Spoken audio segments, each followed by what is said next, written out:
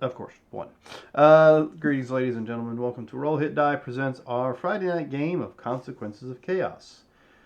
This is our 5th edition D&D game in which Robert runs us through his world. He'll tell you more about here in a little bit. And we like to think we're the ones causing the chaos, but apparently we're not. Robert just enjoys it so much that he causes it for us, and we just add on it. Now, before I hand it off to Robert to go ahead and jump into tonight's and run it, let me give a little bit of a shout out, first of all, to Roll20, which allows us to see this map that's in the middle of the screen, and any artwork, handouts, and things along those lines to immerse the players in the game and to allow our viewers to kind of follow along. Also, most of the miniatures that are created on this particular game, even the NPCs, is created through Hero Forge. Hero Forge is a website you can go to create custom minis, including animal companions, from fantasy all the way to sci-fi. And if you're a subscriber, you can turn those custom minis into digital versions that you can use in your digital games. Pardon me. Another thing we have going, we have GUICube. If you haven't had a chance to check out GUICube, go to GUICube.com, see what they've got. They're a fantasy world created by the company. The world is called Xyothe. The company, of course, is GUICube. And they've been expanded upon by the community over the last several years. So there's no telling. You might have a DM out there that you enjoy playing their games. They might have a tavern that you always enjoy. It's always in one of their campaigns that you somehow make it there. It may have found its way into the world of Xyothe. I know one of my NPCs has that I use regularly in my homebrewed games. And if you watched the Red Star Rising campaign, Chapter 3, you would have ran into that particular NPC at the very end of it. Once we get to doing Chapter 4 and have that all set up, we will let you know, and you can join us for that. If you're watching us on Twitch, there are 3 things. First of all, there is a bio below us, and in that bio has got 2 links. One is for Extra Life, and the other one is for our website. You can go to Extra Life and give to the Children's Miracle Network at any point in time throughout the year. And from my understanding, you can actually watch our program through the Extra Life website or that link. The other one is our actual website, rollhitdie.com, which Marcus has been working on. Another avenue that you can search through to watch our shows as they come out.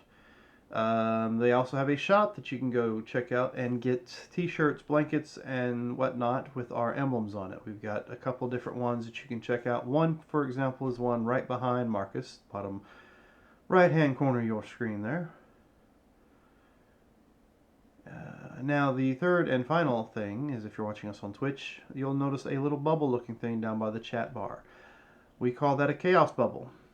Now, that chaos bubble allows you to click on it and earn points the longer you watch our programs, whether it be to organize play, our Mutants and Masterminds, the Consequences of Chaos, or any other program we have going on at that particular time. You can collect those bubbles and spend them on tonight's game to add more chaos to the already chaotic game. Giving advantage or disadvantage to players or DMs, magical items, GUI rewards, GUI items, and such. So just go ahead and click to collect and click to give. I believe that's it that I have, unless anyone else has any further announcements. And then I will hand it off to Robert so we can jump into tonight's episode. Okay, well, hello everyone. So we are continuing our exploration of the consequences of chaos. The module takes place in the Forgotten Realms. It takes place after the events of Out of the Abyss and the 3rd season of the Adventurers League. The campaign started in a city of refugees known as Kephis. The team, though, discovered a outpost in Thar and decided to take it over. And with the help of a few of their mentors, well, actually, one person's mentor, um, the place got updated. And so this is now their home, and we can just say fortress. Um, let's go from there, and for a GUI reward, what happened in the last game?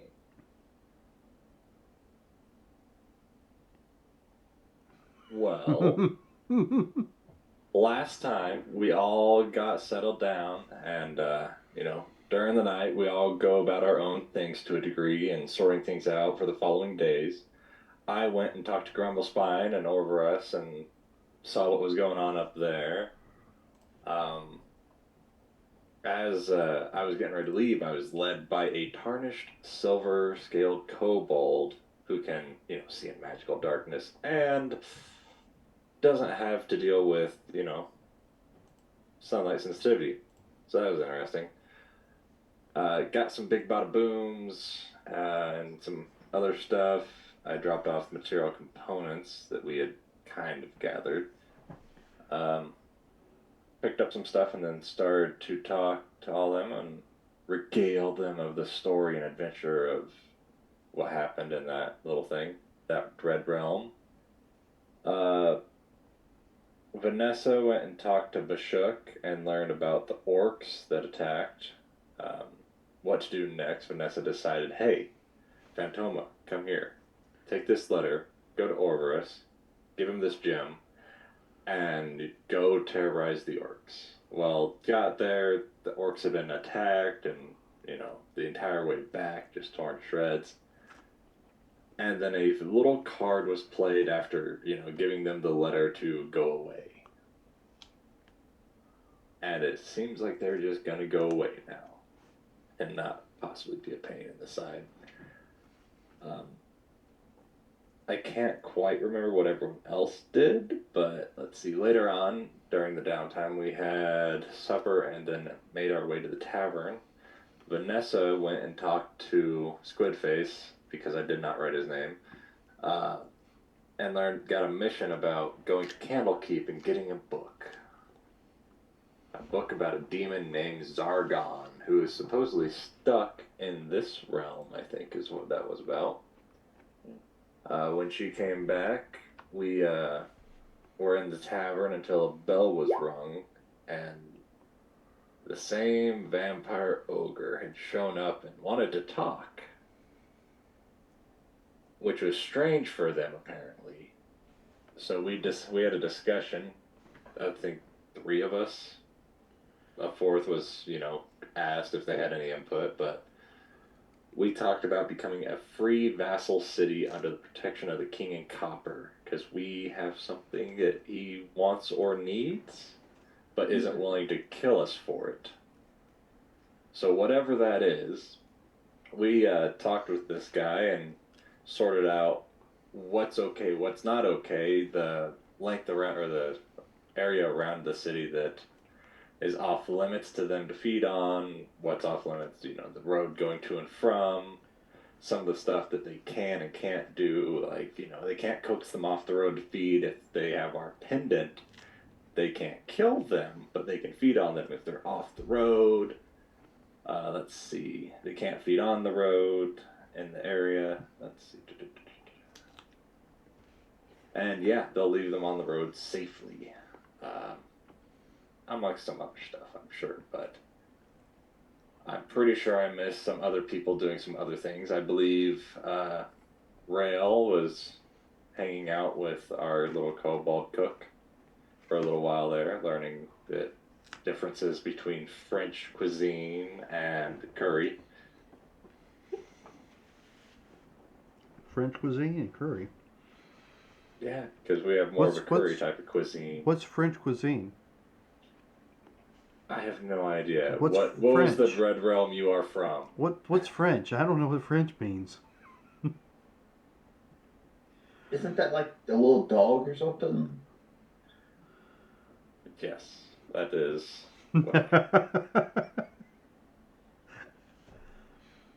Okay, well, thank you. I think we do need to. There still again, but not a whole lot happened with him. He just kind of hung out and listened to the music, asked some questions that didn't get answered. So we do need to come up with a different way for that. What would you call the cuisine that you cook? Because apparently the curry is just kobold food.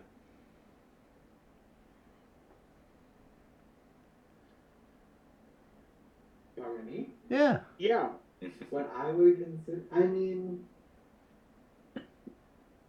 I don't know that the world I came from is styled after like France. Let's So see. as for the name of the cuisine, whatever the name of the world is, Why don't cuisine, you give it the name of the city you were in? And give me a moment. I was in the no? So Viennese. We will call it Viennese. Viennese cuisine. Viennese cuisine. Viennese Y'all been and Cobalt. in Monday Pie. Yes. So thank you, Keep our Sulak, action. for telling us about that. By the next morning, Jean-Claude will have left the area. He leaves during daylight, so doesn't look like he's a vampire or anything. Did I send my bird to follow him? Mm-hmm. Okay. Yeah. You can send your bird to follow him. Your bird will report back later. Okay. Okay. Your bird will report back later that as he was going down was going toward the north toward the monastery. And let me just go in and just show you all that map. Okay. So y'all can remember it. He left and he was going north along the path because there's not yet a road, but he was going along the path toward the road that went up to Rosestone Abbey. As he got to about here, a fog came in and Fatoma lost him. Mm-hmm. Fatoma could not find him on the path that went north after that fog. He's a realm walker. Okay. He just went to go visit his buddy over there in, Barovia. Yeah. But, yeah, so lost track. Okay. And he does not look Vishtani at all. So. Okay, so I do know that some of y'all might want to go to Kefis for the religious festival. But we have Charlotte who was going to go up to Holberg to talk with the fine ladies who live together and follow the goddess Shar. So, move these people out of the way and get rid of everyone else. So, Charlotte, tell me what you were going to do when you were over there. Well, they said they had training for me, so I don't know what this training involves. So going to find out that. Okay. But also, if my little minions of if I can talk them into persuading that person to show up in this area, yeah, I'll take care of that little situation also. So we're going to assume that Charlotte is going to be away for about a week. Mm-hmm. Okay. And you meet with the three Sharites in Holzberg, and they welcome you as a sister who has gained the notice of Shar. I'm going to gloss over the first part of this. They begin explaining the doctrines of Shar. Mm-hmm. Okay. Then they say, we know that you wish to show your devotion by slaying one of the enemies our Dark Mother. This is a noble thing, and if you have plans in place for that, that is fine. But there are other things. Remember, our mother is the goddess of things forgotten, the goddess of secret, the goddess of regret, the goddess of sorrow, the goddess of despair. She is the one who breaks through the illusions of this world, the illusions of the nobility, the illusions of those who claim goodness as their motive, to show that in the end, we all die alone. In the end,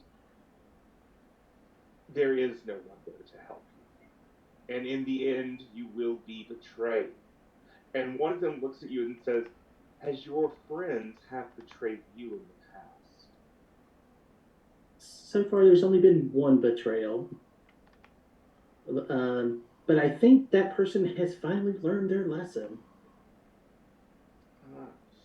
That would be truly an outstanding achievement. The threat of our esteemed Sulax chopping the person's head off on multiple occasions has finally worked. Yes. But I'm also mentioning the time when Sulax betrayed you. I don't know when that was. It was back in the Dragon fight. The dragon fight. Well, we kind of disagreed. You said don't pick anything up, and then you let that little shit pick something up. But anyway, so. But he's my friend. Both of them are my friends. But what do we need you to do now to fully embrace the mother? Mm-hmm.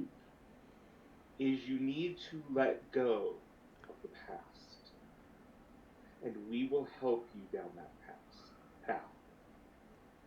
Okay. Okay. I'll do it. They will help you start to learn the meditations and prayers of Shar, and give you more songs of Shar. Nice. Let's see. Then we will come back. Oh, now, let me ask, I'm going to give you a few minutes to think about this. You receive word from your merchant friends that there will be a Mistran cleric at the Troll and Tankard in 4 days. How are you going to go about fulfilling your oath to do away with this person? Think about it. Okay. Think about it for a minute. Okay? And we'll talk more about more of the training in a minute. So, Vanessa, during this week that Charlotte is training, what are you going to be up to? I'm going to talk to my boss, Okay. my mentor, talk to Squidward, get a reminder on what book he wants me to take care of at the Candlekeep, and head out there. Okay. To get in, either the founding of Cormier's first edition, first printing, that book, or if they'll take back their archive book that apparently someone took out of the library to get me in. Okay. I'll start with the Candlekeep archive. Say, hey, came across this. Mind if I come in and do some research?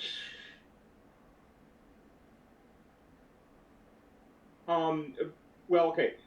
they want a book they have never seen before.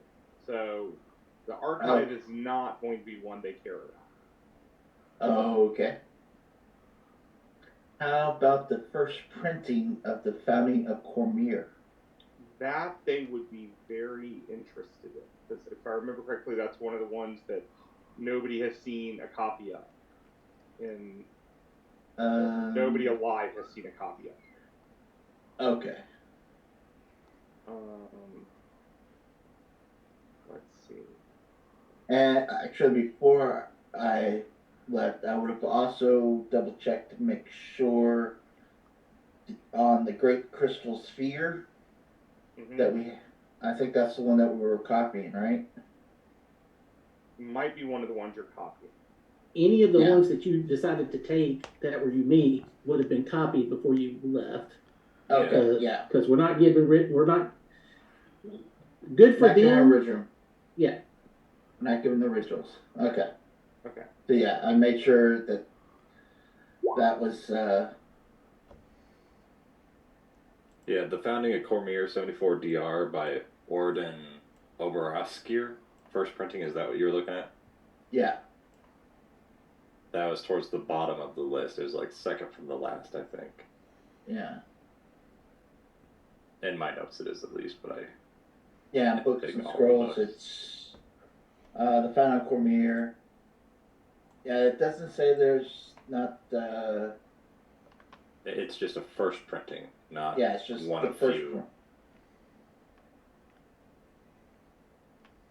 Okay.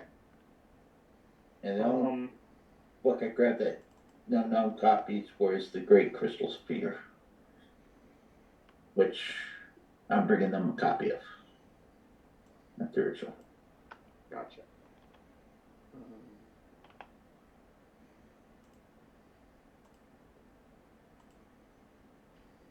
But yeah, did we decide upon they would just receive copies, or we would have copies, they'd give originals? What did we decide upon?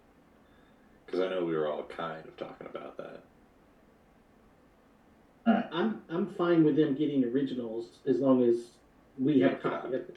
Okay. Hmm. No difference on my end. Okay. And is that the book that I'm looking to get? Yes, that's what that's why I was posting it in there. The Fate of Synodecia is what you are looking for. Okay. And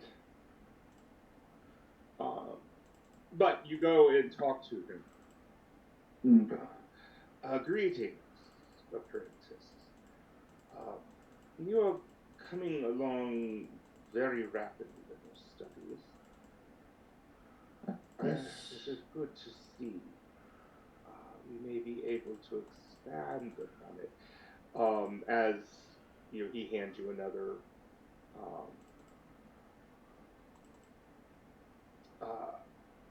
B? B or yes. Well, I'm trying to think. Cup of Latin. Sorry, I was just putting something on the wrong document. Cup of smart cow juice. Yes. Yes. I think this may have a little bit more than just cows in it, though.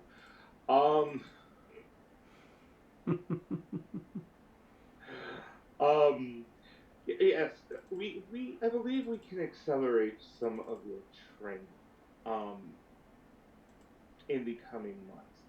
But yes, this book, The Fate of Synodecia, is one of importance. It reputedly has information about the demon Zargon that was bound onto this realm. Zargon is he is classified as a demon among most of the books. He is more of an origin horror, something from the most ancient of times, and I am looking for information on this creature. If it is truly the Zargon, or if it is one of its lesser forms, or whatnot.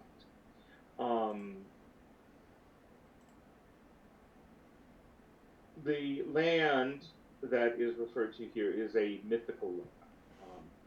Supposedly, the book details where it is located. All And right. more information should be able to be found there.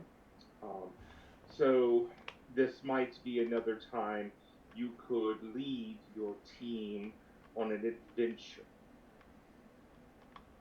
I'm gonna have to ask him this time because I was just curious about the other key and just kind of walk through and, you know, Ah, they weren't too happy with me.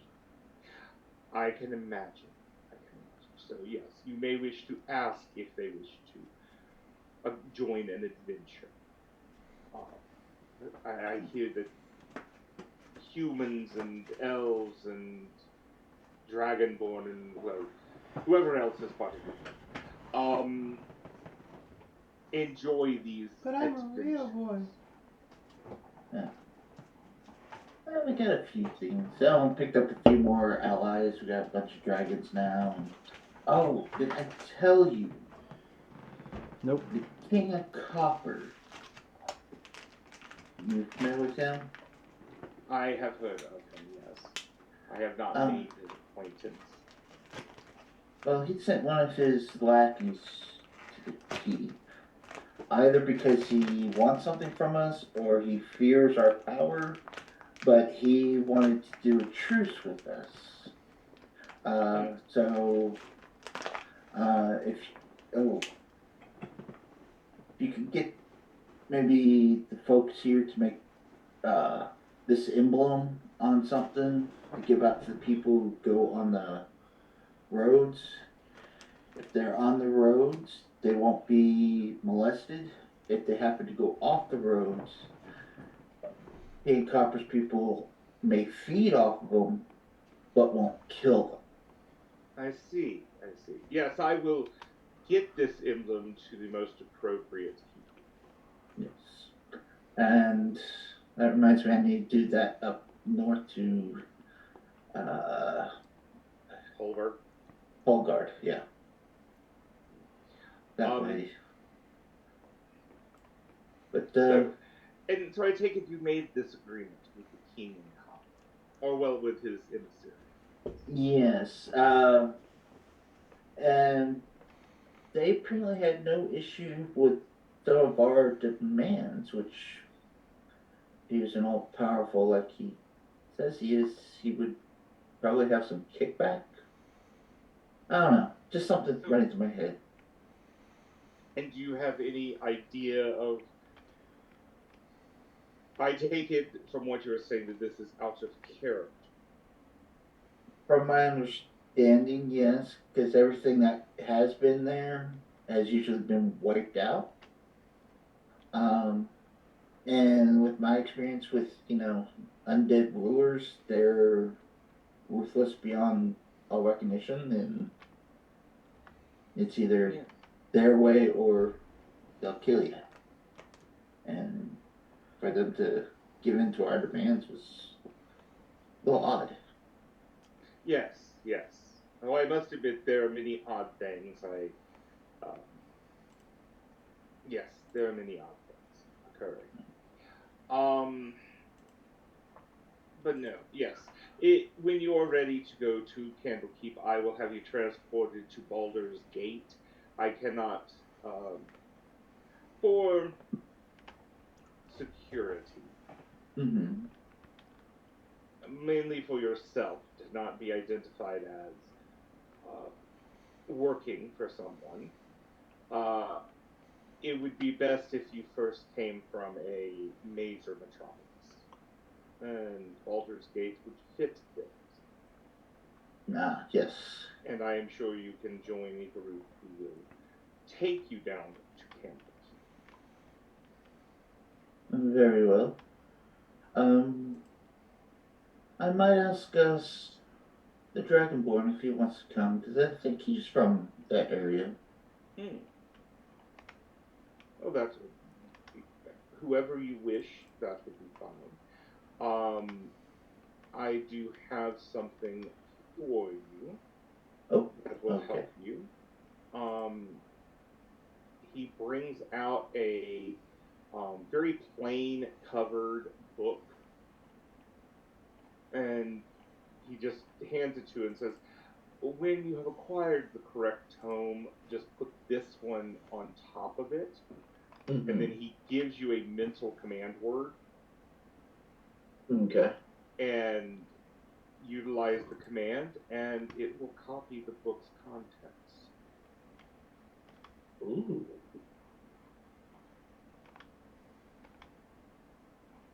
I wish I'd known he had those. Well, we have... my people actually don't use a written text a great deal. I have other items that I would have used that I could also use for the same thing, but they typically destroy the book. This is an enchantment that would not harm the book. Okay. Yeah, because I got some scribes back at home that been copying a couple of books that haven't seemed to get light in over 4,000 years. So. Well, he actually reaches over and he gets this fleshy. It almost looks like a tablet or maybe a tome. It's hard to really decide what it is, but it's fleshy.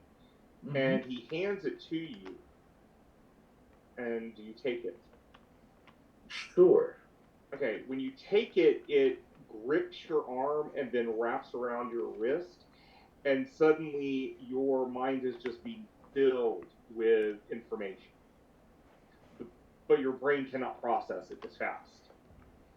And it tries to slow down to get to you, but you kind of get this feeling of there's probably about 100 books just in this one tentacle.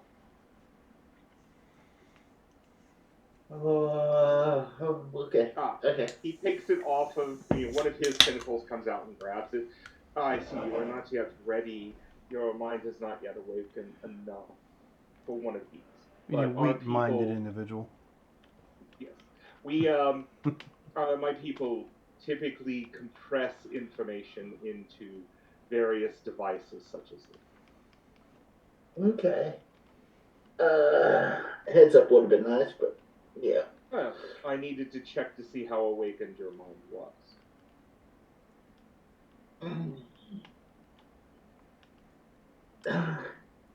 It's getting there. Yes. Just some more of this tea should hopefully give it. More tea? If you're a small metallic friend feels he is able to do a task for me, I do have one that is, I believe, up his alley. Oh.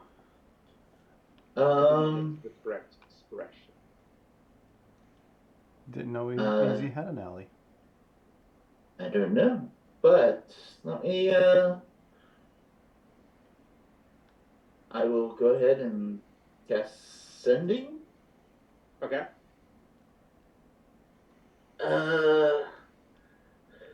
Hey, easy. Easy. Just reply in your mind. Orbrex has a task he was going to see if you'd like to do for him. Apparently it's up your alley. Are you invisible? Well, I don't see you. I can hear you, but I can't see you. Where you at? Did you say a task? What kind of task? I don't know how many words that was, but it was a lot. So he rambles, but he will ask what the task is. What's task? It is a trip into the Underdark to meet with a associate of mine to acquire a map. Okay.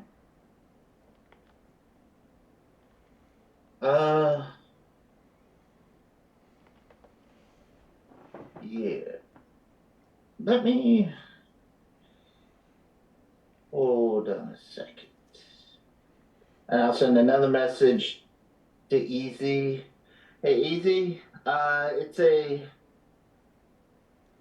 apparently you'd like you go meet an acquaintance about some map, maybe a treasure map. If you want to go to my room and go through the mirror, I'll meet you and you can discuss with them directly. Are you counting your words? Because I don't think No. I don't think No, all no. those came through. No. Hey, Easy. Going to Undermountain, meet an acquaintance, possible for a map, possible treasure. Go to my room and use the mirror. And that's as far as you got, ain't it? Yeah. Okay. So he's like, I've checked everywhere. You're not underneath the desk. You're not in the fire pit.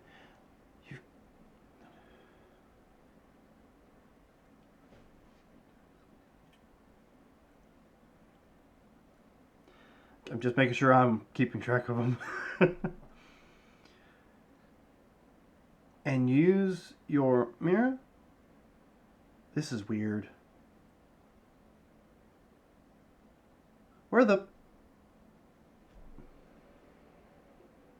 And then I'll be right back. Let me go get him. And then I'll go to my mirror in my room on this side of the portal. Do I see Easy on the other, or is he still... He's looking at your mirror, and he's like turning sideways and checking out different parts of himself in the mirror. You know, he's using your mirror. Alright. Well, while you're You checking... realize you could use a buff job. Yeah, and I didn't realize my canister was that big. Yeah.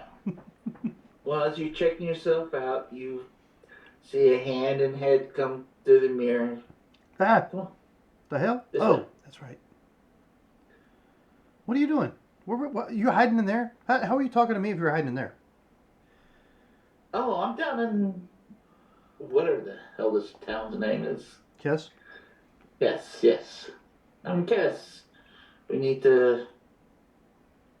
I'm about to go on a mission, but he asked me to talk to you about maybe you can do something for him. Me? Yeah. Squid, big... What's his name? Orsbrack.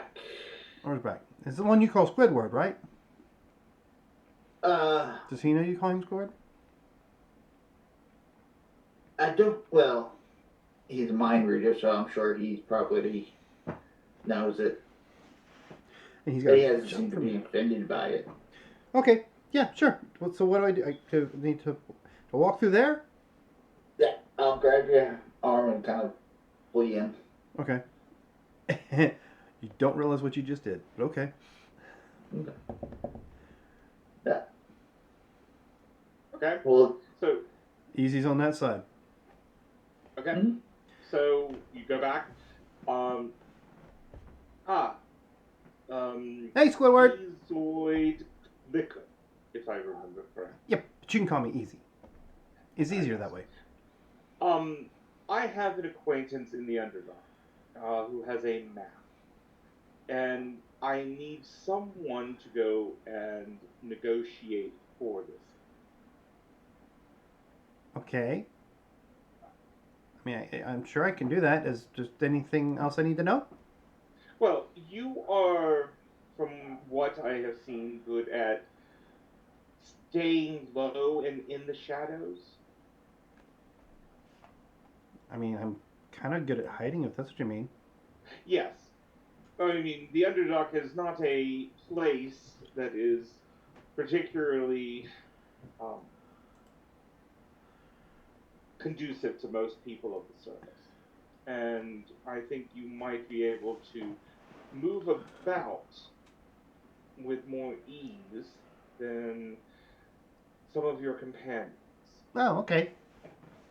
Yeah, because some of them are like heavy and clunky. Yes. didn't gain weight, have I? I'm talking about you. So Now, if I did you're- measure your weight last time I saw you, so I don't know if you've gained any weight or not. So if you're willing, Sure. I mean, I've got projects that are all finished up pretty much, so I don't have any new ones yet, but I have no problem with that. Yeah. if this is fine for you, then I will also send you to Baldur's Gate with Miss Sinclair. Can I bring Z with me? If you wish, if he is as silent and unobtrusive as you. I don't know. He can be, I guess. But he can go invisible too, so. You I will don't be know, going can he? into the Underdark. It is about a 7-day trip. Oh, he's like me. I see. Okay. Then yes. Please feel free to take it. As I said, you will be. I will give you a map to where. Actually, it might be easier if the deep gnomes take you. There is a clan of deep gnomes that go into this area. You might be able to work with them to get to the settlement. And all you need's a map? Yes. Okay. He doesn't seem You to. think He seems naive that he's just doing a favor for somebody that's a friend of Vanessa's.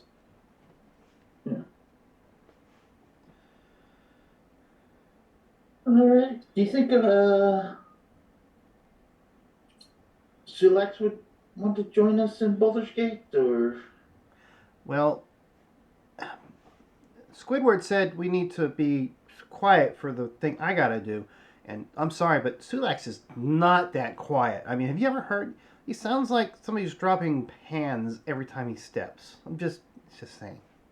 That's true, and he breathes through his nose all loud and And I heavily. don't He's know just- if you're sweet on him, I'm sure we could work something out.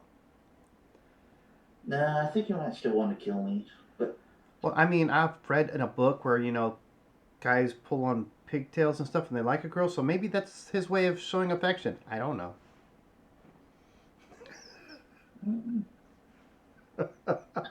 really into the whole. I see Curtis just trying to keep his head down and not laugh. Yeah. Sulax and Vanessa sitting in a tree. One breathes fire and the other one something. Oh my, come on, Bard, you can do better than that. SMITE.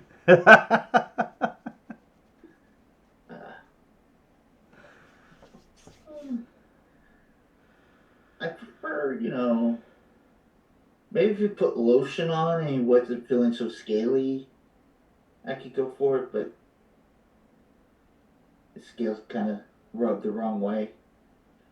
I have no idea what that has to do with that, but okay. I'm just trying to think, when has she touched him? Her arms of Hagar.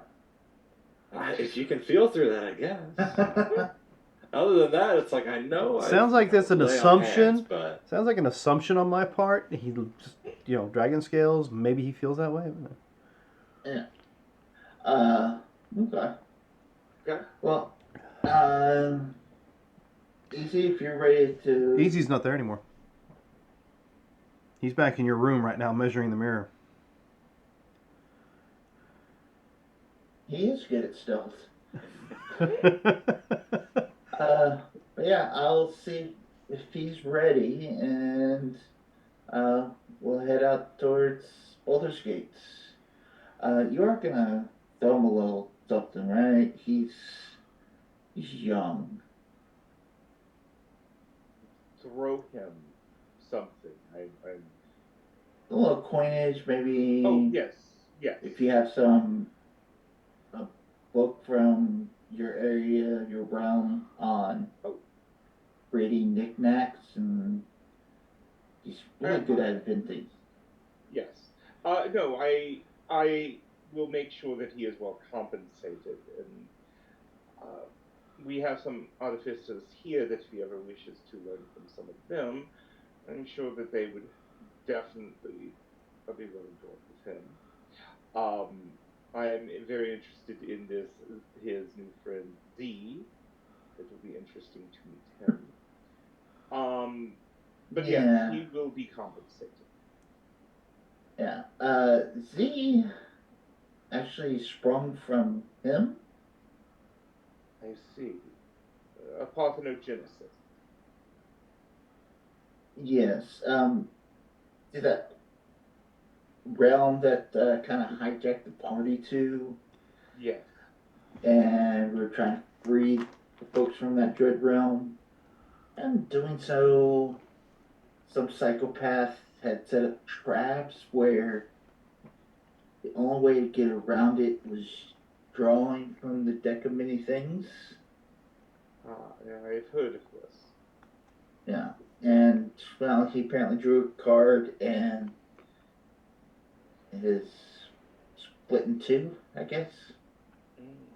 Wait, now you said that somebody had used the deck of many things to create a trap. Yes. Trapped all the doors with a card of many things. I had to fight death. Some intriguing there are intriguing possibilities with that. Yeah. No, thank you.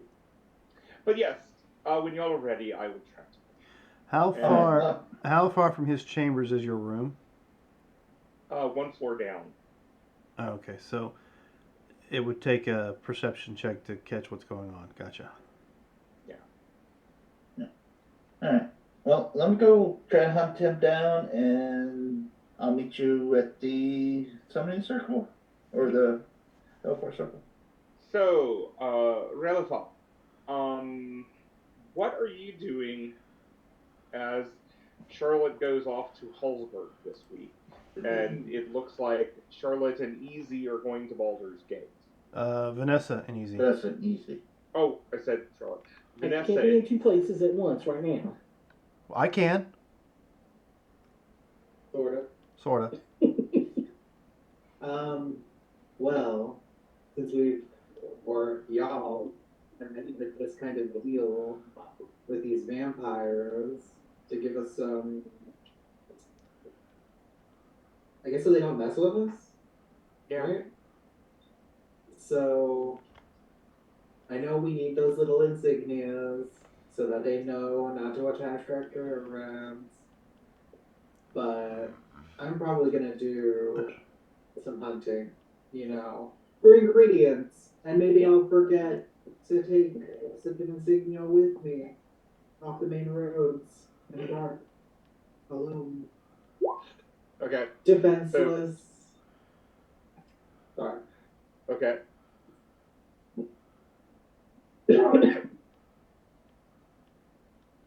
Okay. So you want to do a little bit of vampire hunting around your area. Okay. Anything else?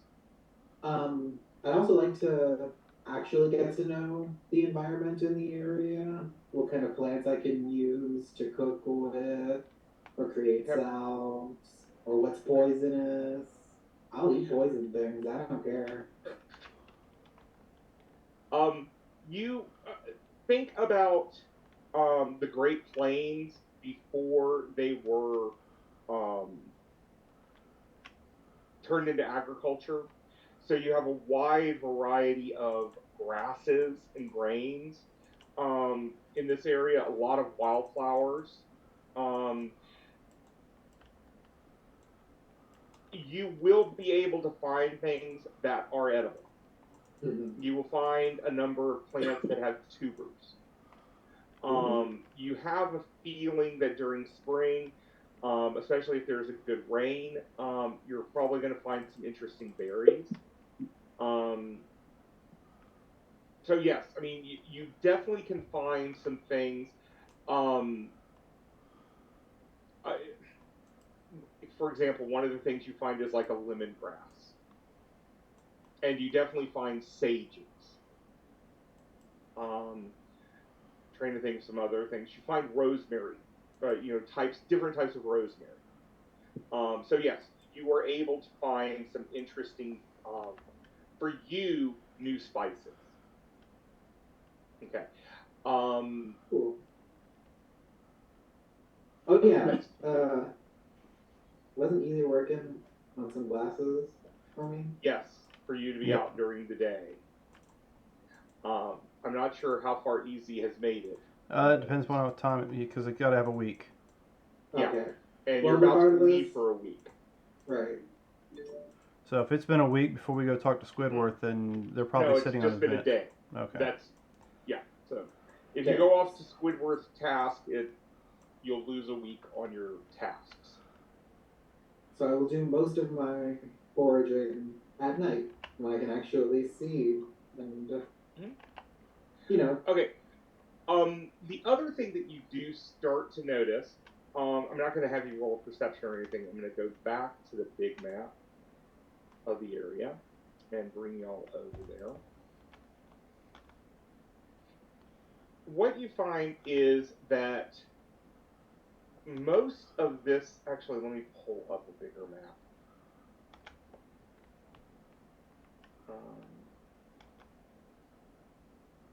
Is this the right one? Yeah. Okay.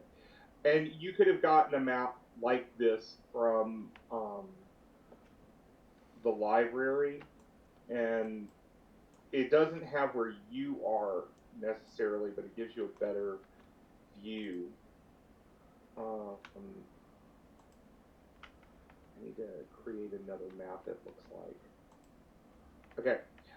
This is an area of the northern Moonsea, and here we see Hulsberg.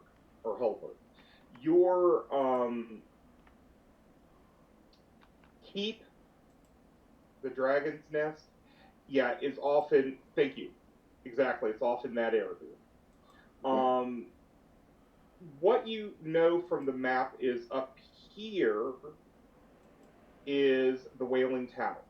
This is where the King in Copper is said to reside. This is supposedly his home.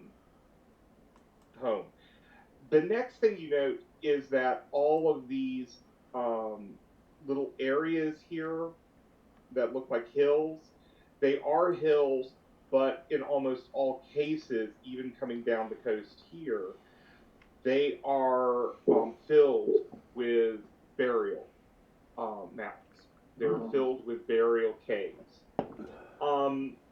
This also extends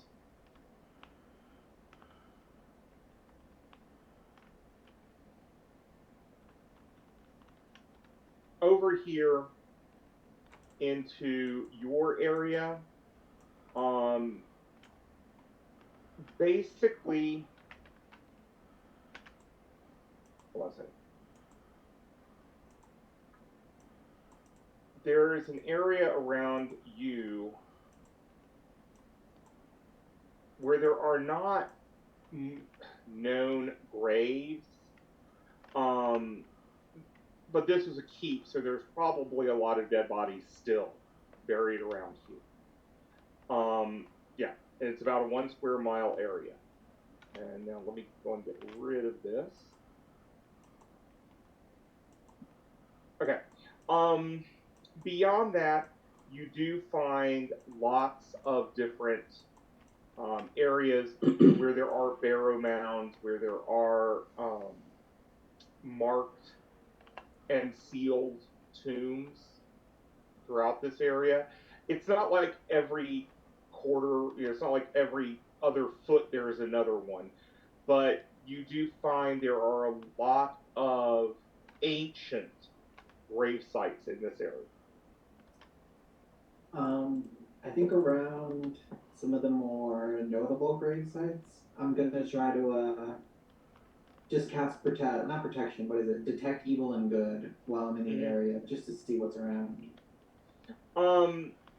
You do find, how to put it, there is across all this land,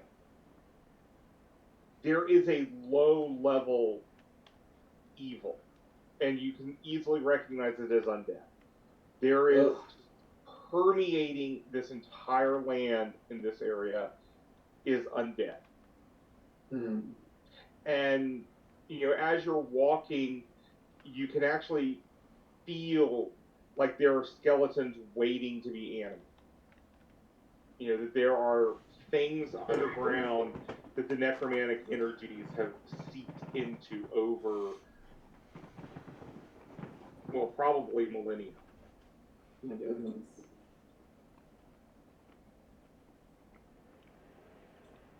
Okay. Yeah, but this, I'm going to go in and give you, from the maps you've been able to look at, and from your own surveying, you get the feeling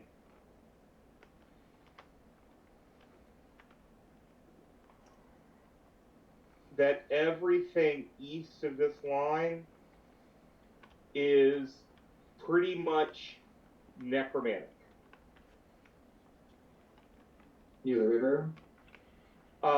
Close to where the river Fent is. But that red line is kind of a point. It's not a true demarcation. It's just there's less and less undead as you get toward, or the feeling of undead gets less and less as you go over. So I'm sorry, I think I misunderstood something.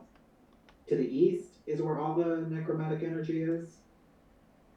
Yeah, from here around. Okay, cool. Yeah. Oh, We're And smack up dab in the here, middle where of I'm pointing, is close to where or is the direction of the Wailing Tower, and that is probably a center point for the evil. hmm. evil. Yeah. I'll definitely focus my exploration closer towards where I feel a stronger evil. Not too close, though. Not too close. Well, one of the things you find is that a lot of the tombs here are still sealed. Oh. They still bear their seal. Again, what you could have learned from the people of the keep is that the rulers of Hallsberg in their area made a treaty with the King in Copper years ago. We're talking about 500 years ago. That he would not raise their city to the ground as long as they did not disturb any of the graves. And so it is a death sentence in Hallsberg to disturb a grave. Crazy. Is that part And, of and at the the contract? and at the same time, oh wait, what? The contract that everyone else signed Mm-hmm. with, I assume, the King and Copper. We also were instructed not to disturb graves. Y'all were not. Interesting. Okay. Yeah, because it was a totally different issue for him. The concentration of barrows and tombs and stuff is much higher around holes. Mm. But it is a death sentence to disturb a tomb. Let's see. So it sounds to me like it's a disturb at your own risk down here. Yeah, now down here it is disturb at your own risk. Yeah, you weren't here, but I believe that vampire ogre, the first time we met him, said, don't disturb the tombs. Yeah. But that wasn't in the contract. No, Right. it was not in the contract. But yeah, I'm trying to think. Up here, just so you know, where there's the caves. This is the caves the team explored, and the cave where the orcs ran to before they left. if you follow their trail up into that region, beside the fact that you see obvious trails of goulet in the ground, you can see where orcs died, and they were obviously killed by undead. Some vampires, because you can see the marks in their neck. And you can recognize very clearly they were doing this to kill and not create thralls. Interesting. Yeah, they were killing these orcs for some reason. Well, you kind of have one idea. The emissary did say that they had broken a treaty, that they had come across a demarcation. And by all the maps and things that you can find, this red line would be the demarcation. So they're Or traditionally. from the west, and they intruded into the east? Right. The orcs primarily are over in this direction. There are some to the north. So where this line is that goes north, y'all don't know. But there are some orcs to the north, and then most of them are to the west of Thought, or in Thought. Okay.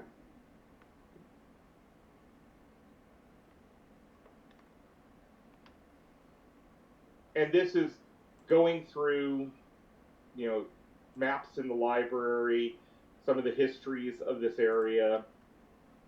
You can piece that together.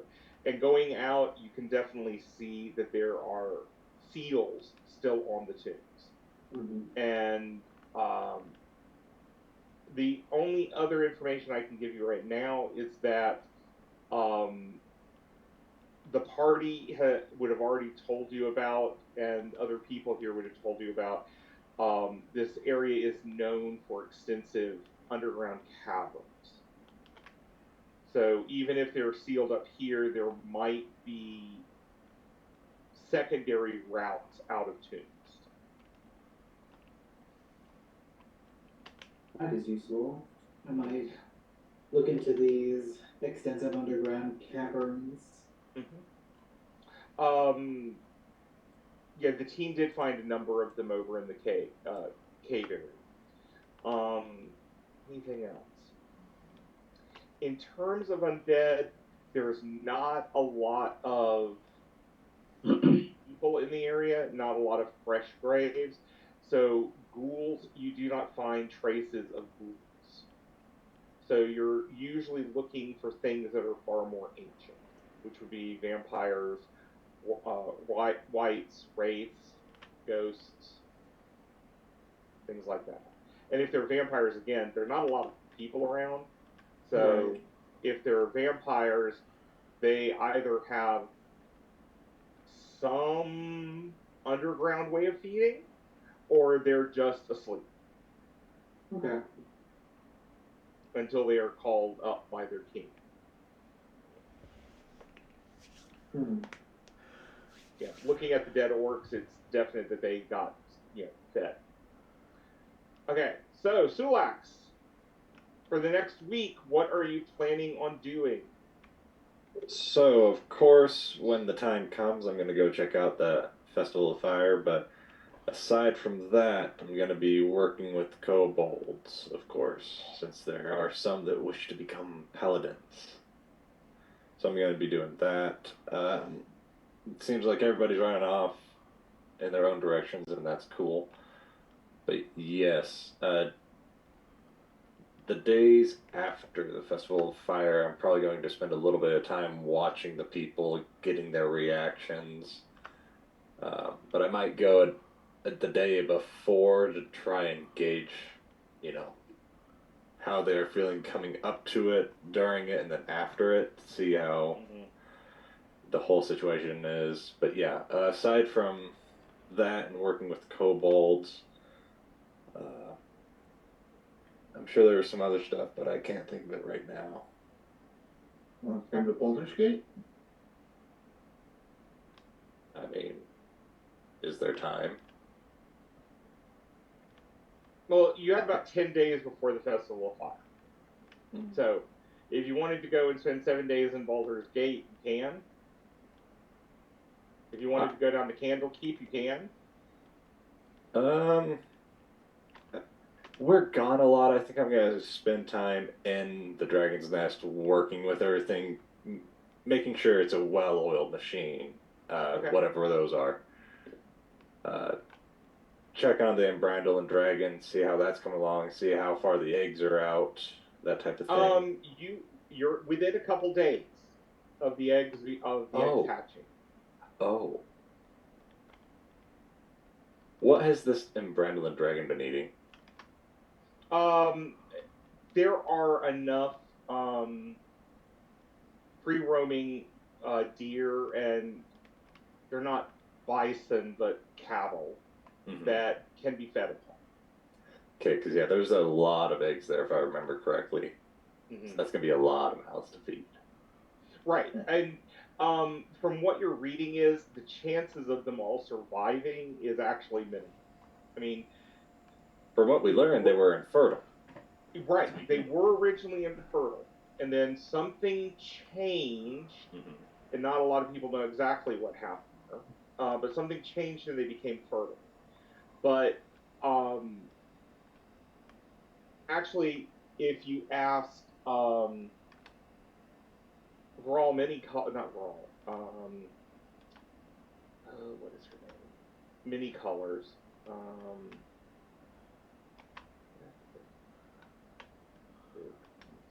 Yes. Oh, there it is. Shrawl, Many Colors. She's one of the ones that has been watching after them, as well as Rawl Hotpot's mate, Darren Stormscar. He has been watching after the eggs. They will tell you that there are already 10 they know that will not hatch. Okay. Yeah. So that they've actually separated those. I mean, when working with the Embrandule, they've kind of moved those eggs off to a side. Organized, like, so yeah. So yeah. He's estimating that you'll probably have 4 viable Embrandulin at the end. Gotcha. All right. And that's his estimate. He's not really sure. I mean, you are getting closer to the point that they're going to hatch. Yeah. And they're actually going to hatch before Charlotte and everyone else gets back. Yes, I'll make sure that I'm here to keep that all sorted and craziness to a minimum. Because I believe Rail's probably going to be around to a degree when that happens, because they're here, but they're around doing their thing. Yes. Okay. So you have 5 young kobolds that want to become paladins of Bahamut, and so you can start training them. Perfect.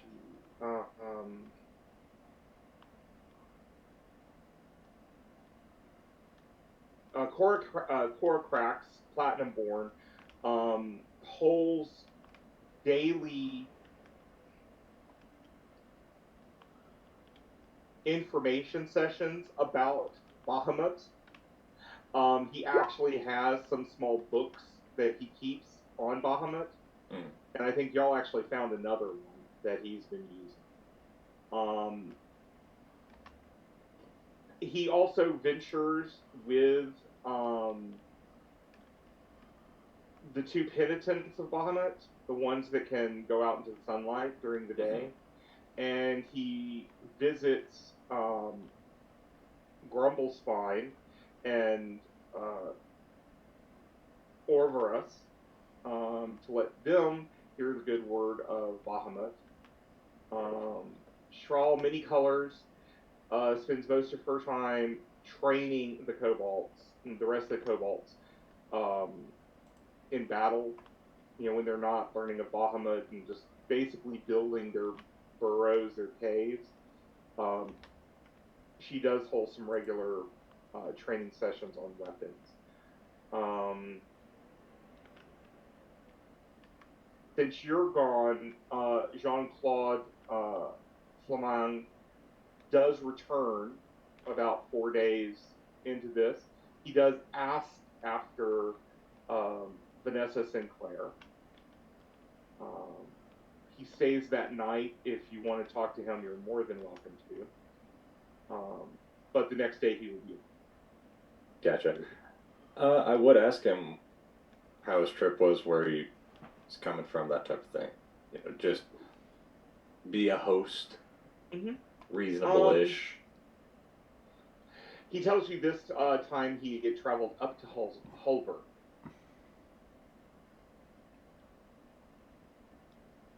And it was good. I'm glad that they are rebuilding after the battle that we had. Oh, did you happen to run into Charlotte while you were in Holberg? Oh no, I did not know she was there. Yeah, she went up there on some business, but I assumed you may have seen her in a tavern or two. I know I had not. I did not. If she had been seen, I would definitely have made an effort to be at that tavern. She has a splendid voice and a wonderful talent for tales. Gotcha. Yes. And you? How are you and your kobolds doing? Oh, everything is coming along pretty well. Everyone is settling in just fine after the mishap we had a few days ago. But I think things are settled down for the most part for the next day or so until more things happen, I'm sure. Well, I'm glad to hear that your endeavors here are working. But tomorrow I do need to go off to Gazeth, and if you could give my regards to Miss Sinclair when she returns, I would be grateful. Hopefully I will be able to meet with her again when I return next. Yes, of course. Try not to stray too far from the path on the roads. There are creatures out there, creatures of the dark, and I'm sure at this point maybe we've gotten some pendants thrown around. I will hand him one of the safety pendants. He will be more than happy to accept it. Thank you. Yes, Thank that you should for your keep you generosity safer. and consideration. That is one thing I will say about your place here. You are very hospitable. Something which has been lost in most other cities. We are trying to bring back a semblance of proper civilization and civility to these lands. So one day I feel I need to visit this growing city of Kefis. But, all in good time. Yeah, It is not on my main. It is not one of my large desires to go through that town at present. Yeah, they're having a great festival here shortly. Oh. They are. Well, maybe that would be a good time for me to go. Yes, I don't know if it's something you'll be interested in, but, to each their own, and I figured I'll at least see what's going on there. Yes. Well, I might make an effort to see this festival for myself. Yeah, I'll give him the day it is. Okay. From here on. I keep forgetting that bird exists. Yes. Yes. Yeah. You see Kefrel constantly trying to, shoo that bird away. But the bird just doesn't seem to care. Oh, perfect.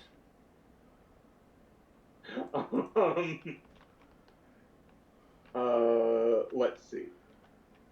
So yes, we've given, this person nobody trusts a pendant of halfway safety. Yeah. And, Fatima can explain to Vanessa, that Jean Claude is going to come back and call on her the next time he is in town. Of course, went to Holberg, so if that lines up with what Phantoma saw or not, I don't know. Well, he was going in that direction before the fog rolled in. And I mean, it was one of those fogs. It's like it wasn't there at one moment, and then it just seemed to roll in around him. Yeah. And he disappeared. So when Sulak is not around the guy, she's gonna have a conversation with him. Fatima? Yeah. Okay. She doesn't round Jean Claude. She just acts like a regular bird, but yeah. Who let these birds inside? Shoo. Yeah. Oh, so Fatima's going to talk to Sulax, not Jean Claude. Yeah, Sulax. Okay. Oh, okay. Okay, I was confused, but so yeah. Fatima talks to Sulax. Yeah. Yeah, one night, later that night, or whenever he's away from earshot of him. Yeah, I'm probably in between walking from the tavern back into other parts that were deeper into the building, or during training with everybody, because the orcs and all of them that are still there. And okay. Oh, she'll land on your shoulder and kind of whisper in your ear. He's full of shit. He never went to Holberg. He's a mistwalker like Vanessa. You can talk. Oh, you didn't know that? No, I thought you were just a crow. Oh, no. Vanessa had me awoken like a month or so ago. Okay. Maybe this is about the time Chrome flies down and starts talking to you too. Yeah, I know.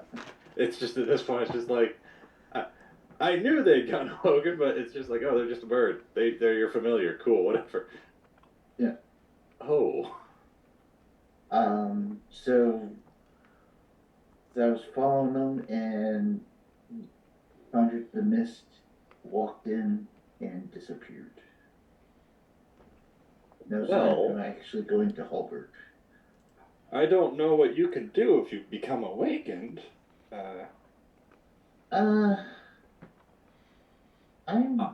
If that pendant I just so happen to hand them is trackable, an object that we would all be familiar with on a person like that. I'm more of a sneaky snake. Yeah, I thought you were just a bird. Apparently you are more than just a bird. Put its beak next to you now.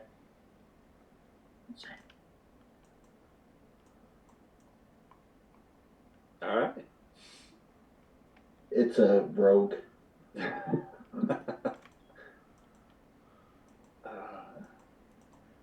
But yes, maybe that is something that could be relayed. Your bird's a rogue, my bird's a cleric. Next campaign, just a bunch of birds. Yeah, our characters are the familiars. I was gonna say, yeah, I've got Gulong, and something happens to the players, all of a sudden it's just the familiars going on an adventure. Yep. Yeah. So I'd be wary of what you say to him. I was careful, but I would be interested to see their reaction among the Festival of Fire that is coming up, if they do show up. I'll go with you. Keep a bird's eye view, as you would say. I would say keep an eye out, but that works too. Well, I don't really want to take my eye out. But yes, that is. I was careful. That's why I said, I'm sure something will happen in a few days. I don't know if you've checked, but we are about to triple the amount of dragons we have. Make sure they don't eat me. I mean, I'm sure, like you said, you can sneak away. You are awful sneaky. Okay. You are But, good at hiding. Yes. That I am. But I need to go keep an eye on Mark. But let me know when you head down. I'll go with you. Mark. Oh, Vanessa wants me to keep an eye on him. She doesn't trust him. Oh, gotcha. Yes, do go hang out in the tavern.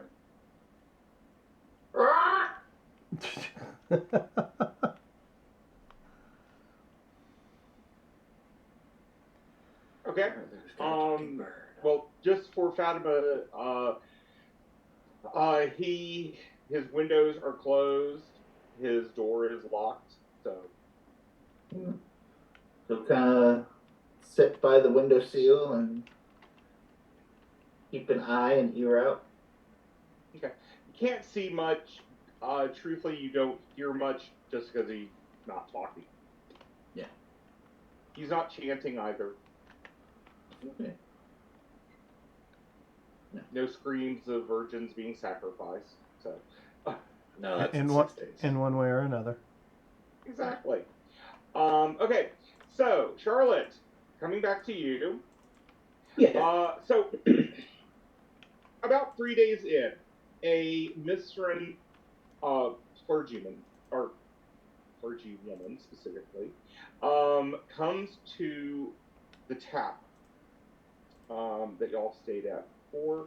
Let me move us back to that map of First Holberg.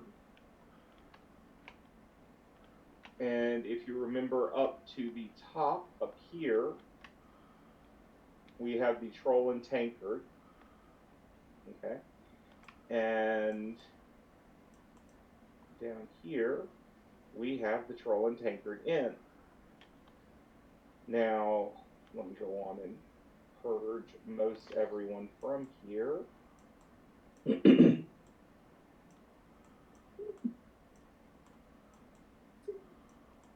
Okay. So, you're not yet in there, but what is your plan of action, Charlotte? So first, when I'm doing my learning about Shar, I do pray to her and go, "Do you still want, or do you still need the sacrifice?" You don't get like a verbal reply. You kind of just get the remembrance that this is something you offer. It is up to you if you want to carry this out. It was Okay. not a command of hers. So I pray back. Revenge will be great. That's all I say because from the teachings I got, revenge is one of her things. Oh yeah. Oh, she's all about revenge. So as I'm walking up to the tavern, I change my appearance to look like Vanessa. Okay. And I will walk in. I don't know how my animosity presents itself because this is the first one I've been near. Mm-hmm. But I do look like Vanessa, and I will walk up. Once I see the clergy person, I will walk up to them and try to strike up a conversation. Okay. Let me pull somebody out.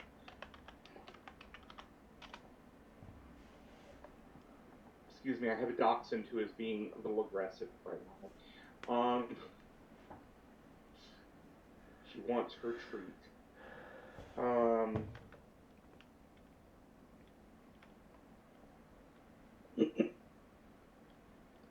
Do we need to take a break now before we get into this? Actually, let's take a break so I can get her treat, and I will then pull out the person. So yes, let's take a break for the next 10 minutes, and then we will be back. Alrighty then. So, don't go too far, ladies and gentlemen. We'll be right back.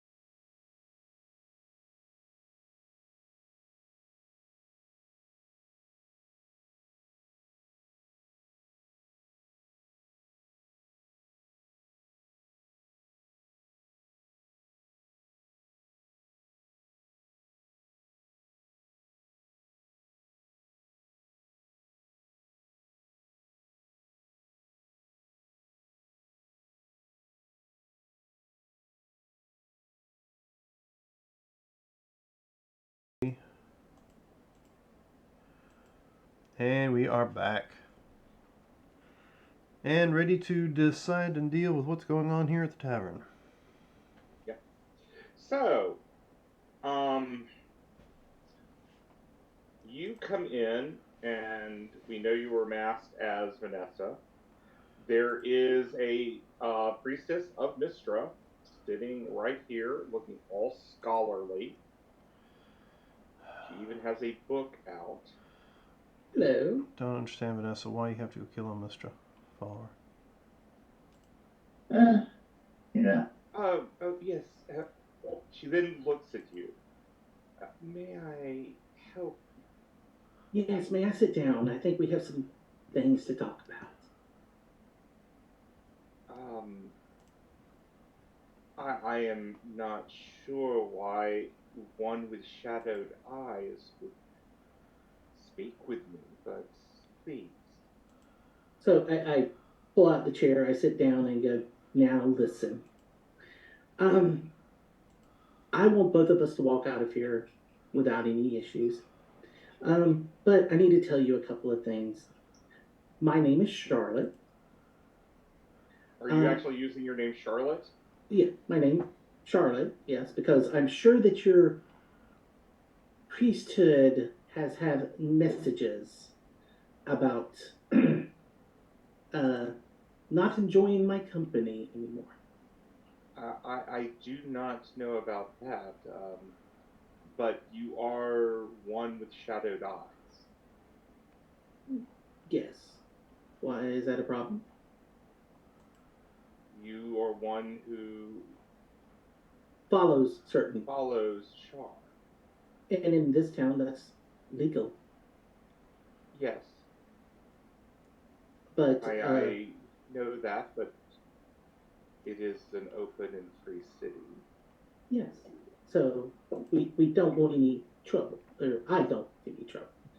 I'm telling you this is because you've been marked by my goddess as a potential sacrifice. And I'd rather not have to do that. So I would like for this to go one way that's just really nice, which is tell your clergy to leave me alone, and I'll leave them alone. As I said, I do not know who of my fellows may know, but I will give them the message that Charlotte of the Vishanti is one not to. I wish a Cross. mutual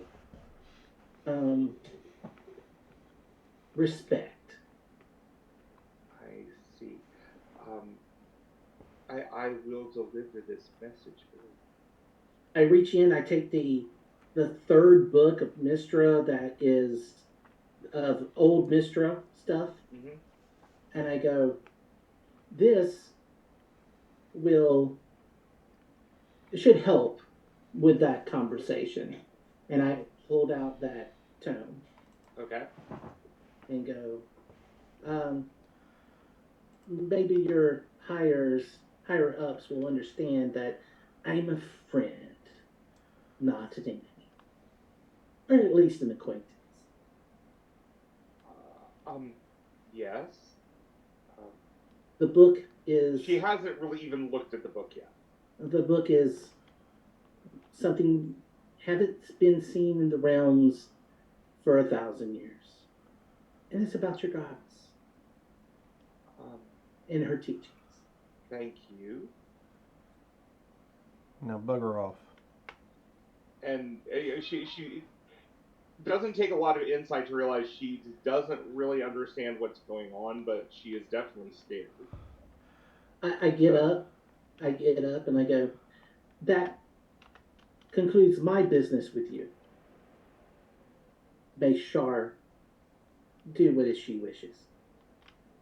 I then bow to her. The I'm more regal than you are type bow. Gotcha. and then just turn my back to her and start walking out. This is his first this girl's first day as a Mr. Follower, and she's like, oh well, here we go. Okay, so what do you do after that? I cast invisibility and see what she does. She actually looks at the book. That's the first thing she does. She tries to figure out what, she is obviously a mystery, but probably not that high up in the echelon yet. She's never seen this book, but it's not one she knows about, but it seems legitimate to her, and so she is reading it. She soon goes up to her room, and I take it you are following her? Yes. Okay. She goes up to her room, and I'm trying to find something.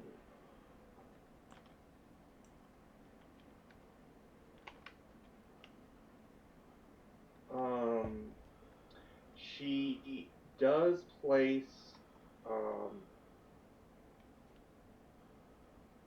okay. She goes up to her room and closes the door. Yeah. Okay. There's some hemming and hawing in there. She's really not sure what's going on. Oh,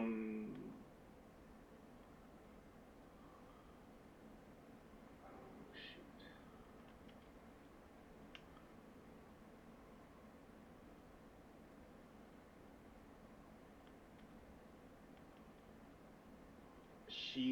You hear her looking for something, and this is what I was looking for.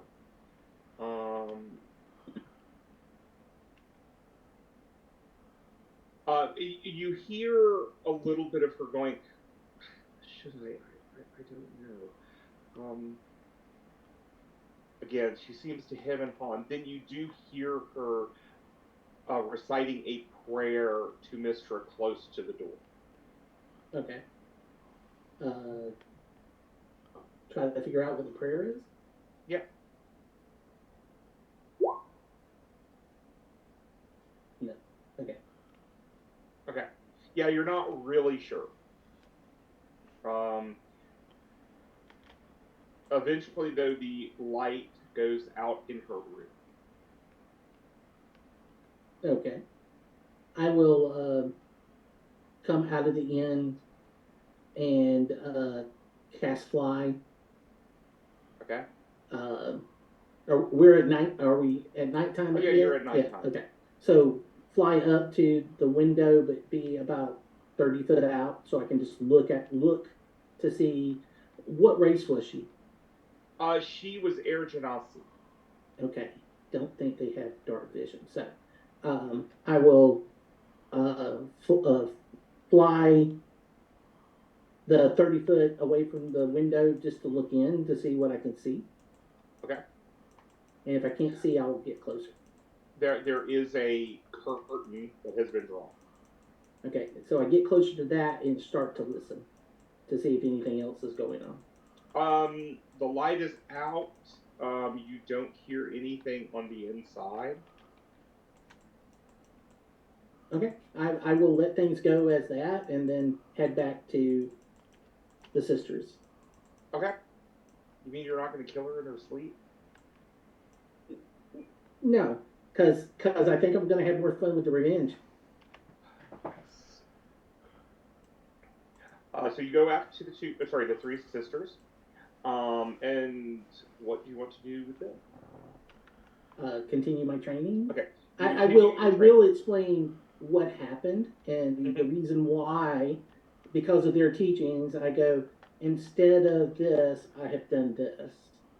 For the betrayal of Vanessa.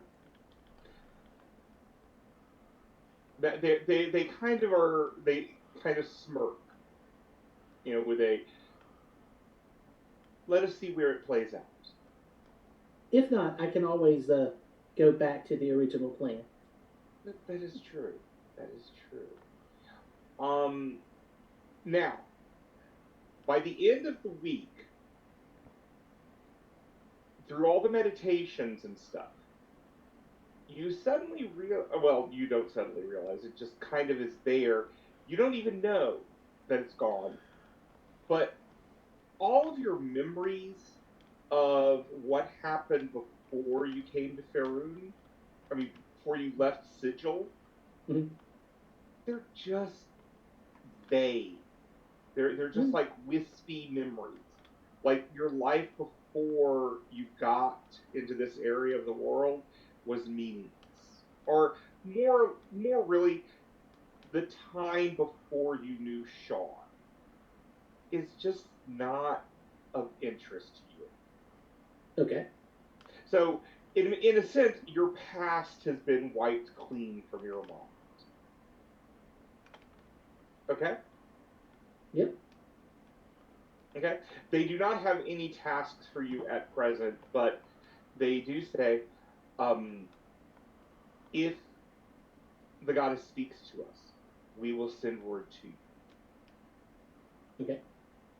And then the next morning, I will start heading back to the keep. Perfect. Okay, so Vanessa and Ezoid, along with Z, you get to Baldur's Gate. So, Ezoid, you know from the message that you're carrying that you need to get to a myconoid circle. It is known as the Grove of Susra trees. It's the myconoid circle of the Susra trees. Okay. Susra trees are highly magical trees, by the way.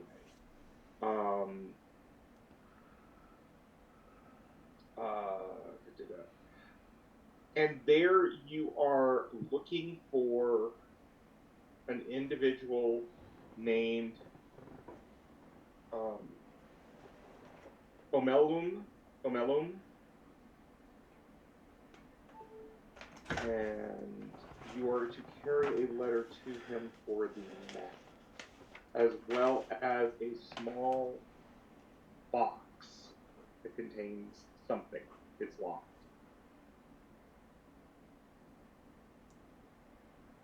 And you are told when you take it, if you want to look into it, feel free. It will mean nothing to you. Not worried about it. Even though Z keeps trying to convince him to open it up and look. And Chrome's with us as well. Okay. So do you want to try to find your way there yourself? Do you want to meet up with the Deep Gnomes? We'll meet up with the Deep Gnomes and try to use them. Okay, there is a small Deep Gnome colony in Baldur's Gate.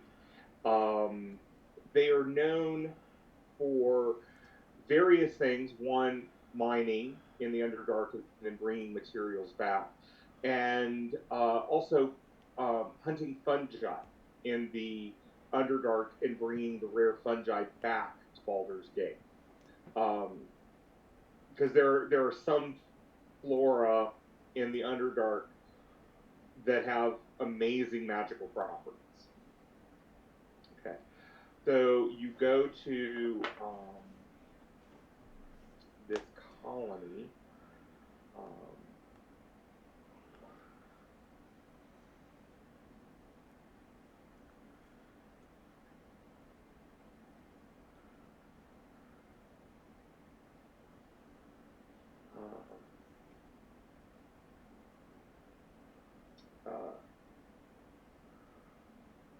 You find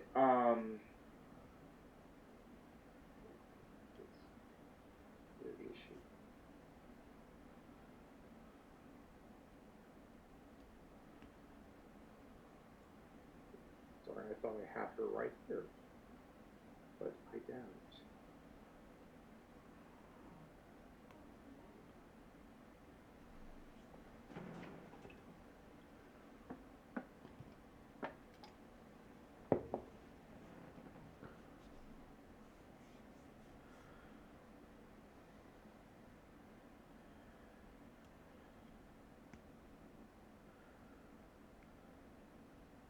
Oh, there she is. Okay, Neris. You find a woman named Neris, a deep gnome named Neris.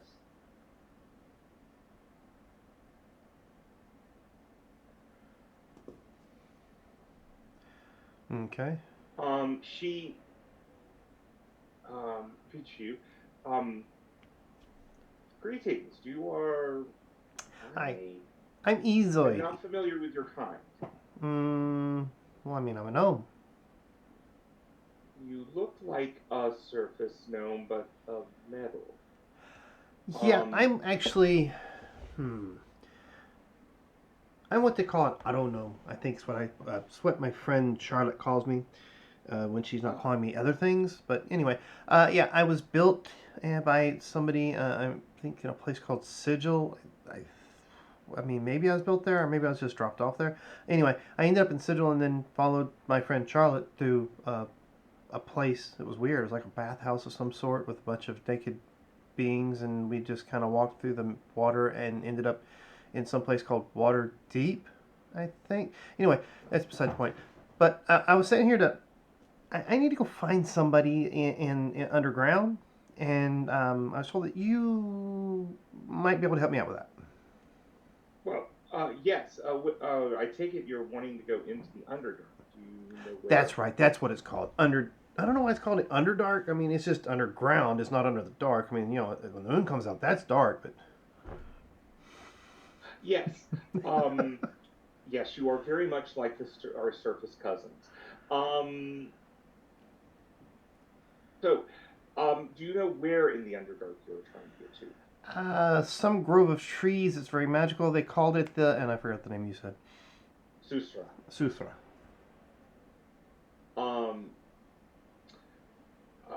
Are you searching for a colony or something down there? Did I give it a name of the myconoid I'm looking for? It was a myconoid circle. Just a myconoid circle? Mm-hmm. That's in this area. Yeah, where there is a Susra Grove. Susra Grove and something called a myconoid circle? Yes.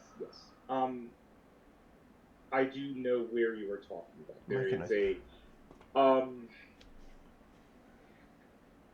There is a mining camp near this circle, and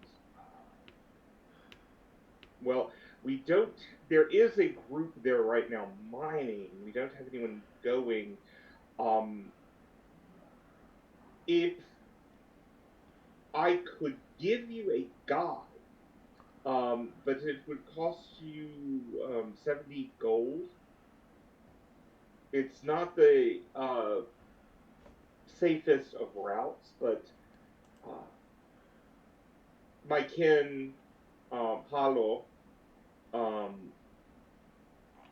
Palu, knows a route. Well, all I have is these gems, and he starts counting out like some of the gems that are pricey. She will take one of them in payment. Okay, because that most works. of your gems are over 100. I still got some more in here, so that's good. It only cost me one gem. That's pretty cheap. Yes, yes, very much so. And good thing Charlotte, Vanessa, and everybody else ain't with me. If you give me one more, I will make sure that you have provisions to go down there. Do you need to eat? I don't need anything to eat. I see. No, but Palu will be able to take you. So at this point, what I need from you and Z and Chrome is just a stealth roll. Okay, well, here comes mine.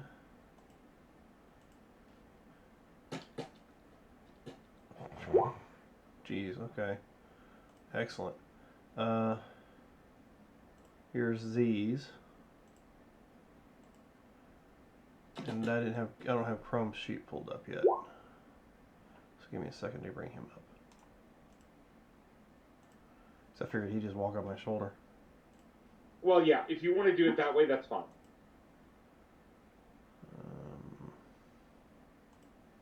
You know you're rolling sleight of hand, right? So probably. I'll go back and check it. See, I didn't know I'm if your just, stealth was. well, sleight of hand and stealth are both. Oh, okay. Yeah, so. Yeah, they're both the Crumb same. can just sit on your shoulder. I don't mind that. Yeah. Okay. So- I know. Apparently, like you said, I rolled sleight of hand, but they both have the same bonus. Okay.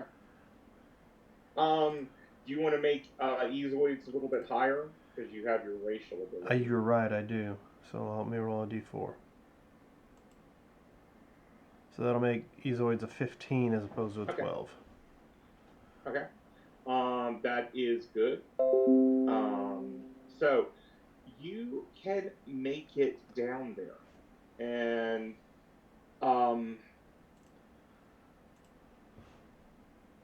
basically, Palu takes you about 3 days outside of Baldur's Gate, and there is a cave system that he goes to. There are glamours that you pass, or illusions that you pass through, to find a set of gnome-sized stairs that lead deeper and deeper into the earth. From there, you emerge into large cavern systems, and Palu says, "Please follow me closely and stay as silent as possible." And from there, he leads you on. And it takes another day for him to get you to the Myconoid Circle. All right. And now the Myconoid Circle is a moderate-sized one. You have about 40 to 50 Myconoids here. And you've encountered Myconoids before. Even though you don't breathe, there's something about the spores that are being released around here that just a mere minute or two inside, as you get closer into this circle, you can start hearing the low-level hum of communication, as if it's just a song in the back of your mind. Okay. And it just seems like the entire colony is singing. But it's not loud, it's just in the back of your mind. You had a specific person you wanted to meet, and he takes you to a small, it's like a merchant stand and a laboratory all at once. There is a hobgoblin here and a mind flayer.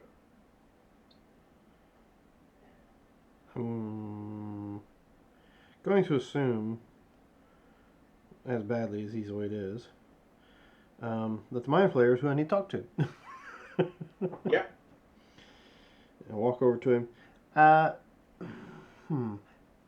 Don't remember him giving me your name. But He did. He did? Yeah. Omelum. Yeah, I remember you saying it now. I guess I just didn't get to write it down. Are you Omelum? Yes, I am. Okay, and I pull out the box. Let's see. You're supposed to have a map or something for me? Who sent you? Squidward. I mean, now I'll mention the wizard's name that I, as a player, cannot recall how to pronounce it. Yeah, I understand. Or Brexit. So, you've come from Obrexit. Let me see this box. And he opens it, and it is a fleshy bit of. It looks like skin of something. Probably. You can make me an Arcana roll.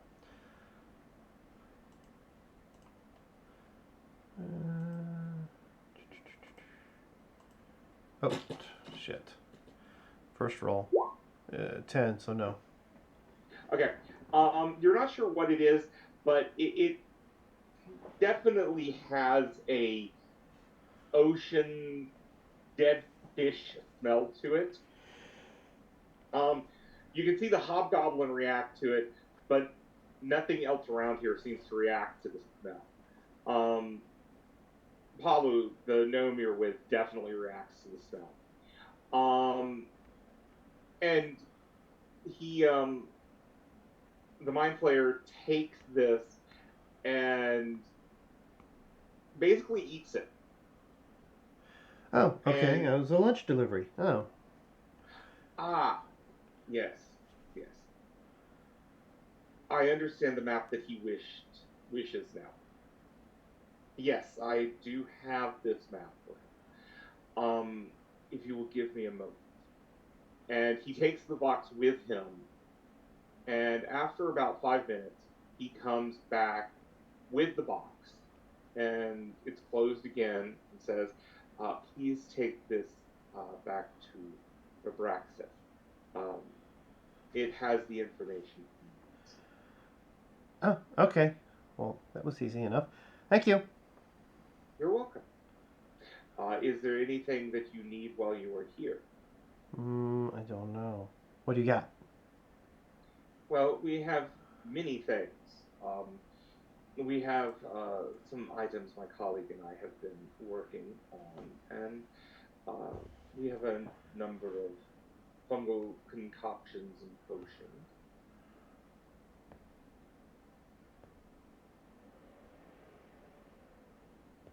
Is that it? Just potions? Well, yeah, no. I mean, we have other items. What are you interested in?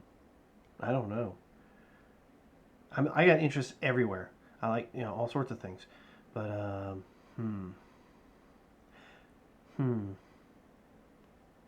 I can't think of anything at the moment. Well, I mean, I already got an item, being looked for me back home. But other than that, I really never thought about needing anything different. Usually I just make what I need. I see. You're a constructor, an artificer. Yes. I see. And what is your specialty? My specialty? Yes. I just... What do you specialize in making?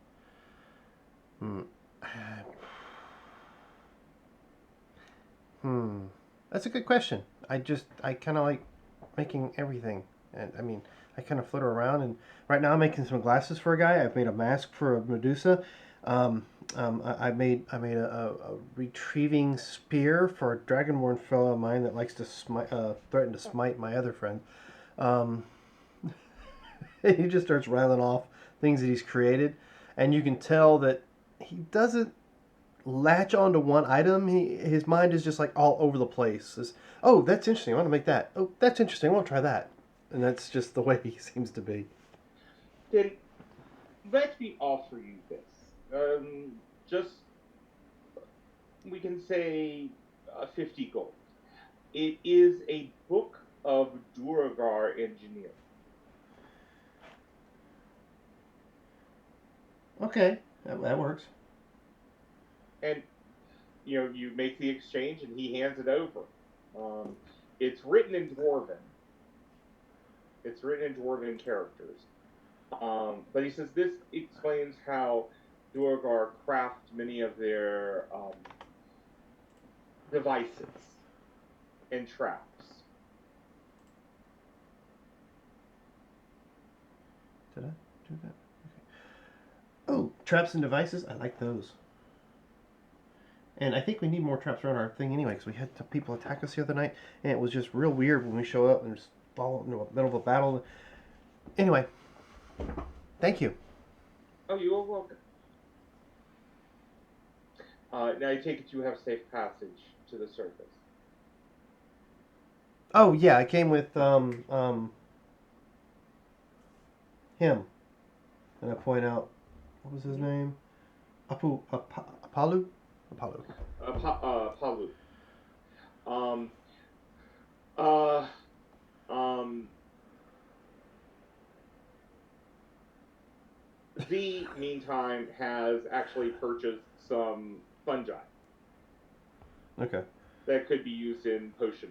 And there was this rumor about trees in the area that were kind of like magical. Oh yes, they are the Sorrow trees. Yes. Um, uh, is there some?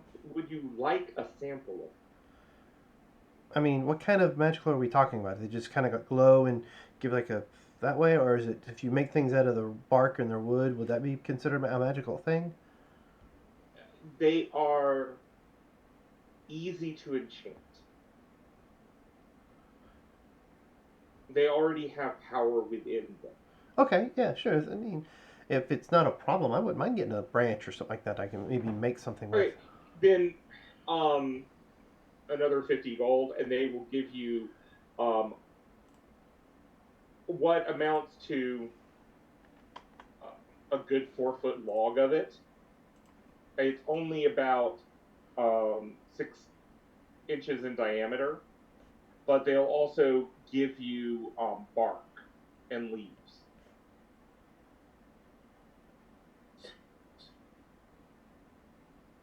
Okay, got it. I keep trying to stick my hands in pockets in the sweater I'm not wearing right now. Okay, then we go down to Vanessa. Yes. So it takes you a few days to get down to Candlekeep, and you're easily able to join a caravan going down. Okay. Because there are a lot of, I mean, Candlekeep is one of those places people want to go to do research, Mm-hmm. but most of them probably do not have the price that's needed. Okay. Um, you get down to Candlekeep, and one of the monks comes up. Greetings. May I have your name? Yes, I am Vanessa Sinclair. I'm traveling. I need to do some research into your library. I understand you have a particular book that I could maybe check out or Well, review. review. We will give you a reading cubicle, Um, and you can stay as long as you need to complete your research. well, I did bring a few books with me that I found throughout my adventures. Apparently, one of your archive books came was taken. I don't know if you want that back, but I found a first printing of the founding of Cormier. If you'd be interested in, May we review the book? yes. Now hand them the founding of the of Cormier, first printing. Okay. And if I remember correctly, this is the original. Y'all kept the copy. Um, he starts to review it while you were there. You're in a room alone. He does call for somebody else to come in. An older monk comes in and just asks, "Where did you find this?" Uh, out towards the east, uh, there was some caves that I explored near my home. Um, ah, if one of your fellows could bring me the fate of Seneca, I also have another book that y'all might be interested in. Well, you only need one to gain entrance, and we will not bring a book out to the outer courtyard, but you will gain access to the library itself, and Okay. it is within the library that you can um, ask for this book. Um, Well, this but one no. here. Go ahead. I'm just fascinated how you found this. Supposedly there. I mean, this is something we've heard before. Okay, who played Bizarre Coincidence? Wasn't me. Would that be a Sulax? If it was, he's muted. What could go wrong?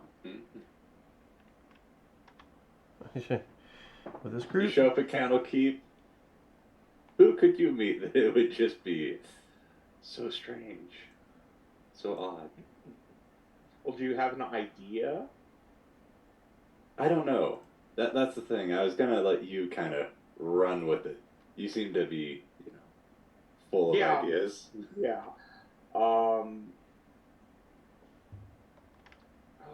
Give me. We'll come back. You get into Candlekeep. Okay.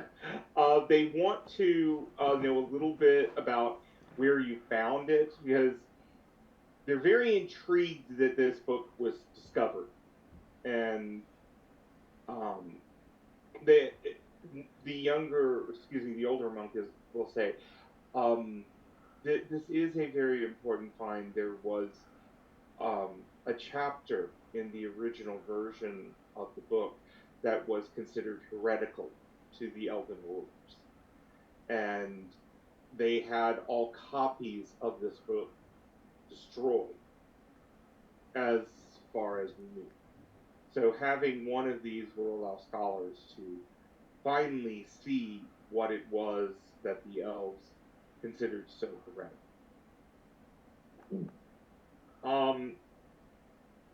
Okay. You are going to be able to go in, and the truth is, while you're here, you can look up other books. I mean, if there's any topic you're interested in, you could look at anything you want in here, and then, get that one book and go out. So, I need to find something, and as I do that,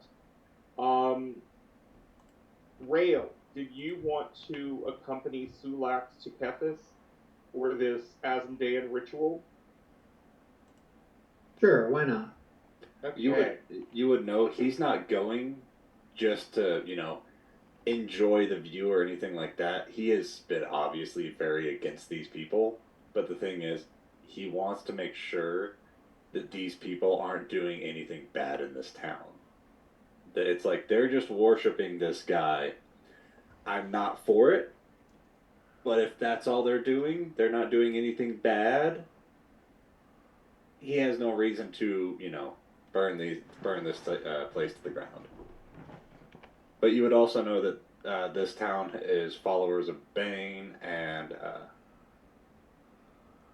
Amantor. So kind of lawful neutral, and then of course lawful evil. But he's here to, make sure everything's okay. Make sure there's no people disappearing in this city that they're all moving to for a safe haven. Well, that sounds like a just cause and definitely piques my interest, and I don't trust those damn Asmodeus people anywhere, so I will join you. Yeah, he's not lawful, put the foot down, we're burning this thing to the ground like one of the people he encountered earlier on in the campaign. It's like, they're bad, they must burn. It's like, they're bad, but I have no reason to burn them.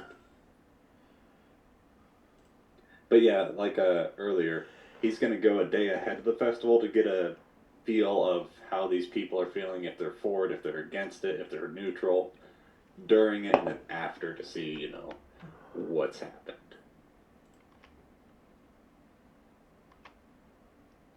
Okay.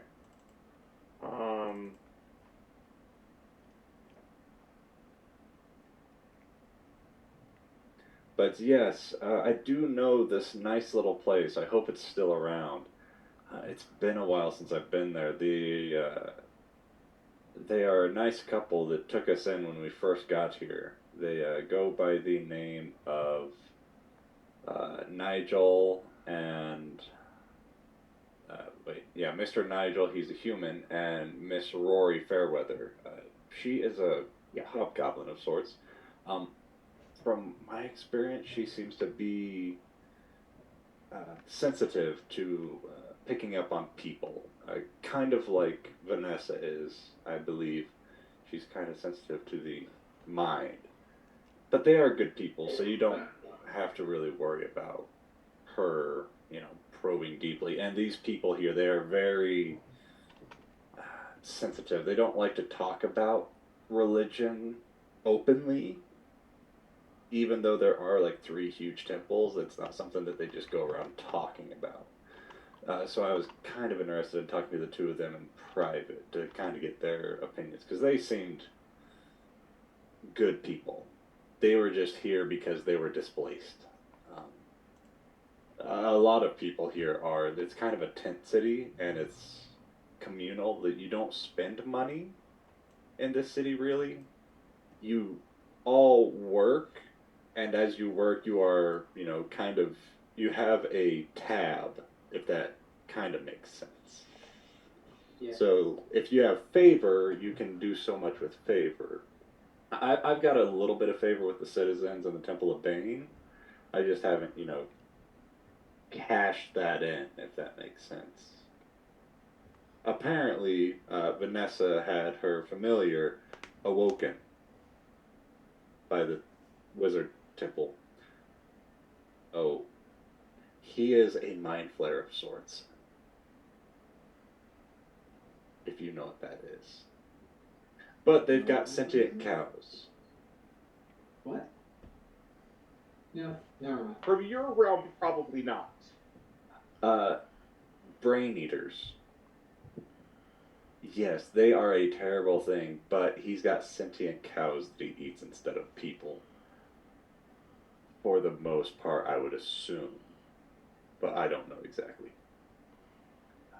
I'm not a fan of this town, and that's why I'm very happy being outside of it, and now a free city-state, to a degree.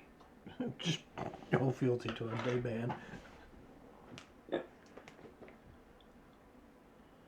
But it is one of those things. These people were all displaced, and it's kind of like you have 3 choices.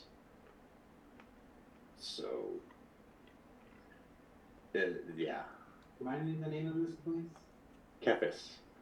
Campus. Yeah, Kefis is the name of the town that we are heading to. I assume by carriage, foot. We could probably go by carriage to get there. Carriage or horseback. Yeah. I've got a horse I can summon if you want to ride on the same one, or whichever's easiest.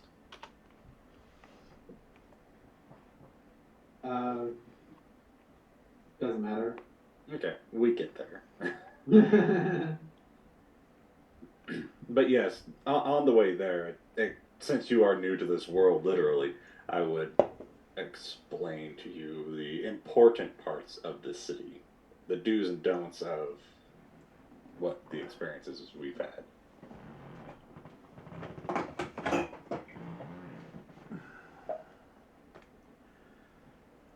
But yes, you have met the paladin of kind of the. What would he be? The guy that Charlotte's with, the Bane paladin. Oh, Bane, yeah. What, Captain like, Davenant. Okay, so Captain, yeah. He's got some pull in that, so. Okay.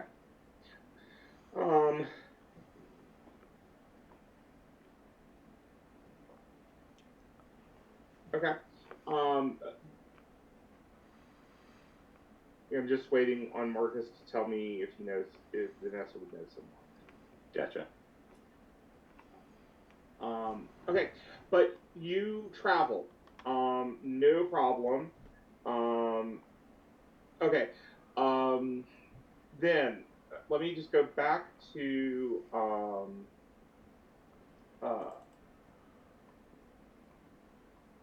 Vanessa for just a moment.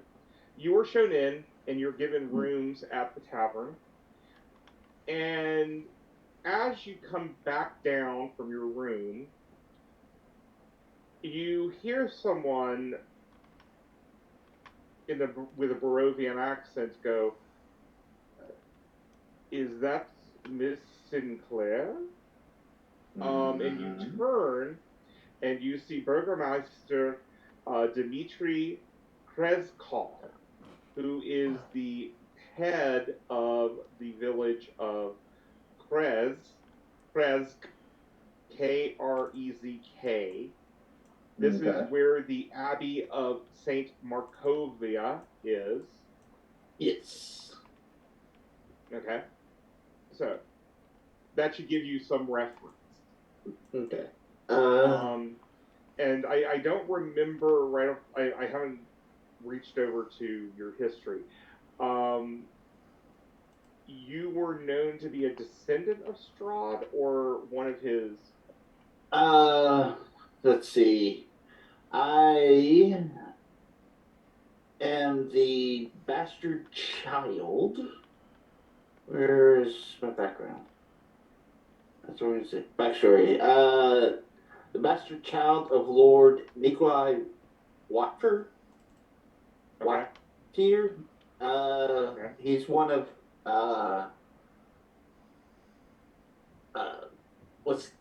he's one of the, well, he was one of the ruling families until his new wife killed them all. Okay. And his new wife is the one that's basically trying to hunt me down and kill me because I'm the only one who can, like, battle her claim. But she doesn't realize I don't want nothing to do with that place. But gotcha. Yeah. Okay. So you are known to be a member of one of the royal family, or one of the nobility. Yes. Presumed dead, but yeah. It is. I did not expect to find you here. I had heard that you had left Barovia. Yeah. Let's go.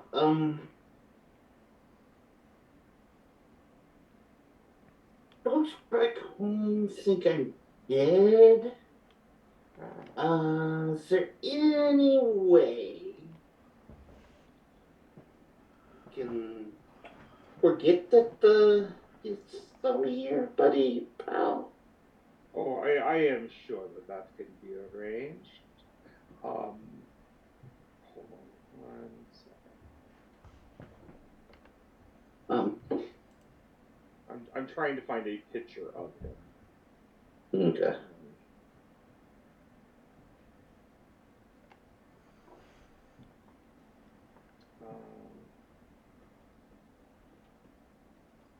Oh shoot! I'm pretty sure there is an image of him. Here we go.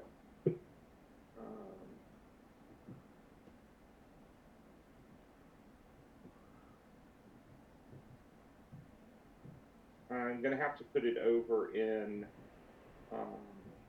Discord. Discord. All right.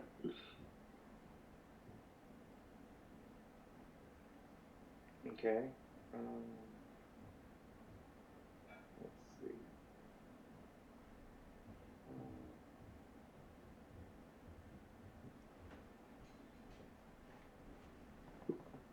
Okay. So they believe you are dead. So you have sought to avoid the realm.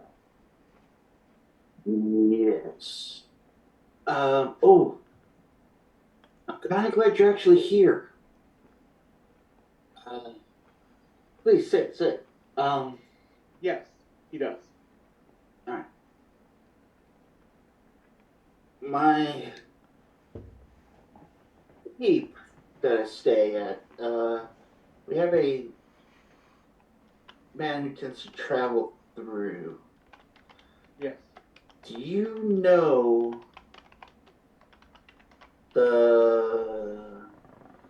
what's the guy's name? Jean-Claude? And yes. see, do I have minor illusion? Well, like prestidigitation, make a color or a symbol appear. Oh, no. Illusionary image. I can do that. Oh, that can fit in my hand. Alright, well, I'll do. You can get a small image of him. Yeah, and kind of. Have you seen this guy? Jean-Claude Flamand. Who is he? I am sorry, Lady Sinclair. I do not know. So what brings you out of Barovia? One of the Vishtanti said that they could take me to a place where I could find something that might help the people of Kretsk. Um, Something to infuse some happiness into the villagers' lives. And they brought me here. And since the books that we have in Barovia are unfamiliar to these people, they allowed me entry. And they have been helping me discover some books that might help in relieving the dark power that commands our land. Okay.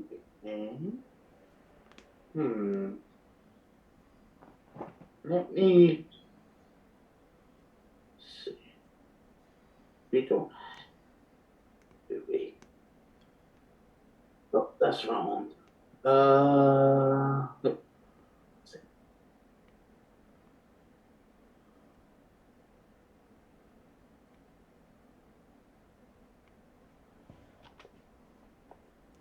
Yeah, I don't think I would have brought any of the poetry books or anything like that, because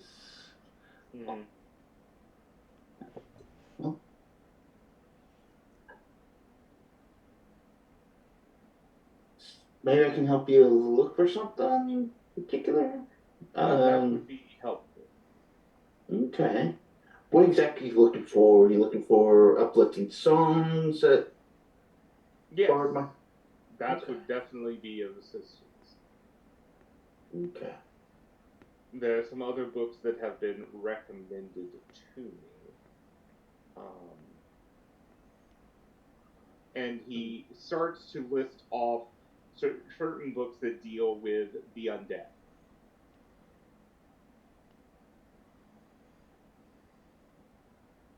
You know, how to confront, how to, ward, how to stop. Oh, I will reach into my bag.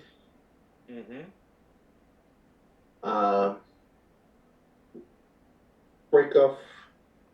See, I'll give him a third of what I have of it, but the dust, it might work in Barovia. Yeah, apparently this one shot some dead people in one of the realms I was in. Maybe have an artificer or alchemist might be able to make you some more. I will have them study this. Yes. Thank you. But you're welcome. But let's see if we can find you a cheerful book to at least read to the kids. And if you ever find yourself back in Barovia, please know that my village is a safe haven for those who fight against the darkness. I appreciate that, and I'll tell you this. One of the purposes I'm here doing is trying to build an army that would be able to stand up against Strahd. And once that's done, I will probably bring him through the mist. A brave plan. A very brave plan. But it will only work if those in power still believe that I am dead. I understand. I will keep your secret, Lady Sinclair. I appreciate it. From your other questions, yes, you can find lots of different things along those lines. Okay. I mean, this is the greatest library on Firo. So. Except for the lost one. Oh, yeah. Yeah. Okay. So a bizarre coincidence has occurred. Okay. And thank you. Thank you for playing that. Okay, you get to Kefit. Sulak and Rael get to, or Raelithal get to Kefis. This is the first time Raelithal has been to Kefis. What you first notice that dominate the city are 3 giant ziggurats. You also see that the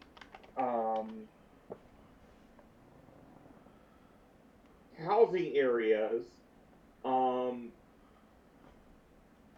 are built in hexagonal forms, and it kind of resembles a beehive. Sulax, something new since you were last here. The pit over here on the eastern side is now filled with water, and they're building what looks to be a harbor. Gotcha. I was going to ask if it looks like more people have moved in, or... Yes. More people have moved in. The tent city is pretty much the same in terms of its size. Let's see. So there are a lot of people here that are still coming. I mean, there are still more people coming, and they have expanded. Now, what we have here is up at the top, the Temple of Bane, and right beside it is the barracks for the city guard. In the center, we have the Temple of Aminatur. Aminatur, Raelithal would easily recognize the symbolism of a sun god. So this is a deity involved in the sun, who, like you, probably hates undead. Over here... I hate the sun.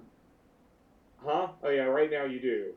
Over here is a very odd-looking structure.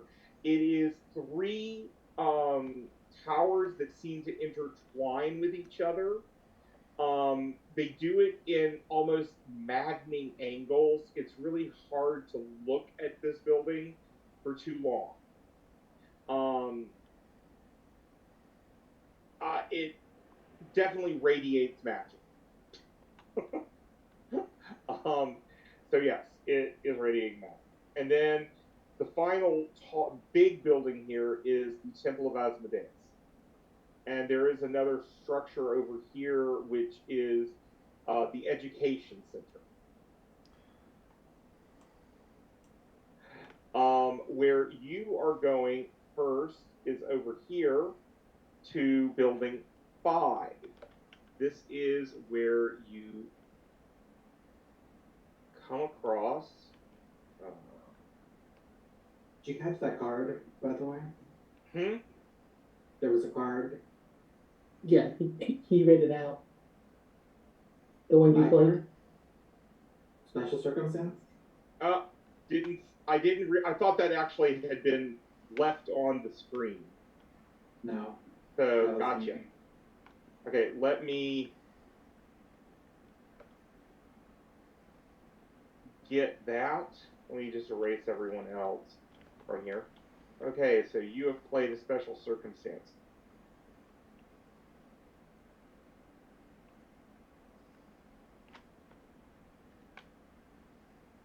Okay. We will come to that in just a few minutes.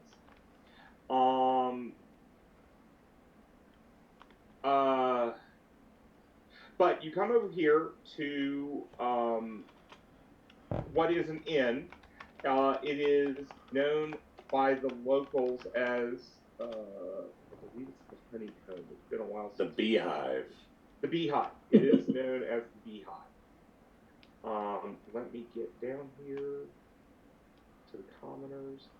And there you will meet Rory Fairchild and her husband, Nigel. Fairweather.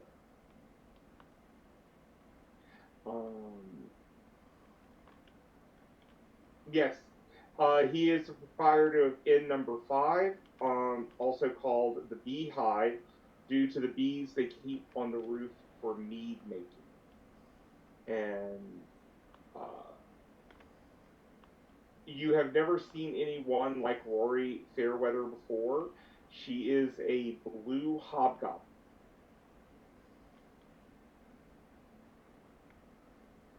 And when they see Sulax come in, Sulax, you've returned, says Nigel. How are things at your dragon's nest? Things are going well. Things have been going well. We seem to be settling in rather well out there. Good. Do meet a new companion of ours. They are all currently busy, of course. But this is Raylatal. Good evening. I am Nigel Fairweather. You are welcome in our inn. Please come. Let the worries of the day fall away and enjoy a glass of mead. And he will actually pour both of you a nice tall, mug of mead. How have things been in the city? It's been a while since I've been back here. Stable. As you can imagine, crime is non-existent. The harbor is being constructed. There are many people who are concerned about this, as it can bring unwanted elements into this area. Let me actually move these 4 people so I can show this area. You saw this also, and it's just I haven't expanded this map yet. This whole area is being built up kind of like a trade center. You see more things that look more commonly like inns and taverns here. You also see things that look like warehouses being built. There are definitely piers leading out into what is now the waterway. So they are hoping for trade, or looking forward to it. You do see one pier they're building a ship, or one area off toward the Temple of Bane where they're building a ship. The water is looking a little murky still, and Nigel says the pit was only flooded 5 days ago. We've been told that over time the water will clear as the silt calms down. It was a rather large explosion when it did occur, when they split the coast to let the Moon Sea in. But yes, we're plugging along. Now, you did not come specifically for this festival tomorrow. No, I did come to check in and show that we still do care about the city and that we have not just ran off on our own to make a home for ourselves elsewhere. I do care about the people of the city and care to check in and make sure everything is going okay with. Kind of looks for the words. The leaders? Yes. Make sure everything's going okay and the people are taken care of as the city runs the way it is. That is appreciated. I will say that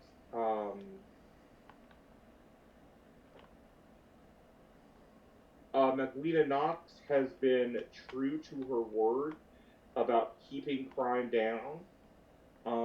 Under her watch, we people people actually sometimes leave their doors open or unlocked.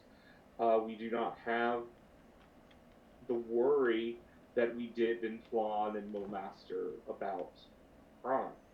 Um, she is very strict. Um, the most problems, as always, seem to occur in the tent cities, as people are trying to get used to this new way of life. Um, let us see.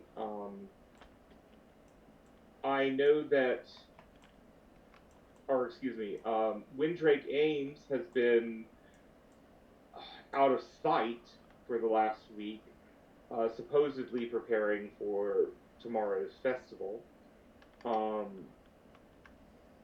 And Ramael has been conducting the daily rites to the sun, along with his cantor and others.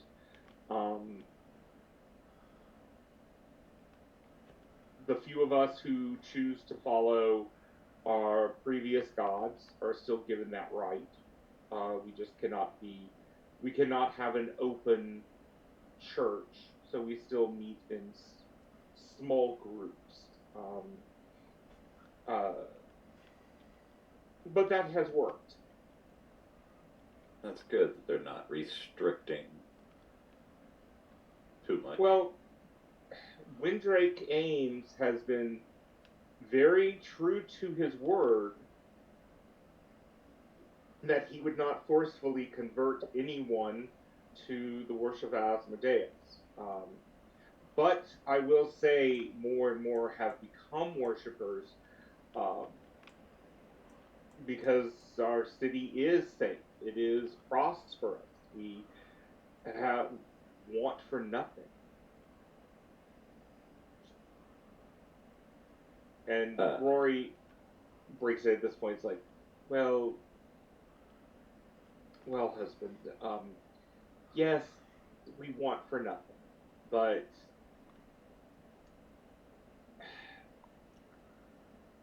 in that there's, I think, some worry, some complacency. And I just like, oh, Rory, I know that you've been sensing tension. How many people are in here? Not that many. It's still early in the day. Okay, I'll just kind of mention, if you are looking for some more freedom, possibly a new start, you can always make your way to the Dragon's Nest. It is safe, and we have made an alliance. Rory says, since I sit with the council, let us say no more about it. But yes, but if you your wish. offer is a welcome offer. Thank you. Yeah, no, never mind on that part. Sir Relithel, is that correct? Says Rory. No. Relithal. Please excuse me, Relithal. Is there something you would like to eat? Our fare here is simple, but hearty. And you can smell from the kitchen, this is better than average tavern fare from where you're from, but it is nowhere the quality that you and Brawl Hot Pot can do. I'll have a little bit of everything, whatever everything is. A tasting. Okay, well, we do have a stew. I do have some mutton, some cold mutton. And she just brings you some different things. The bread is nice. The cheese is more like a farmer's cheese. Um, so it's not a highly aged cheese here. Um, and that's about it for right now. Yeah. Okay. Um, Probably of the alcohol, the mead is the most interesting. Um, No wine. Hmm? No wine. There is, but after sniff the glass, you go back to the mead. Okay. Fair. It looks like Nigel is a master mead maker, but they're getting the wine and beer from somewhere, probably somewhere in town, but obviously not of the they don't yet have quality vintners. It also could be they just don't have quality grapes yet. How many other inns are in this town?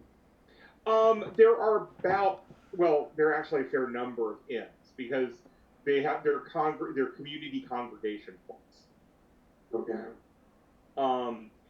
This is one of the few true inns. The rest of them are more taverns. Okay. But looking at the land here, this is not great land. So they're probably having to import their wines. Anything local here would be like elderberry wine. It would be lower quality berries being used to make wine. Plains and coastal.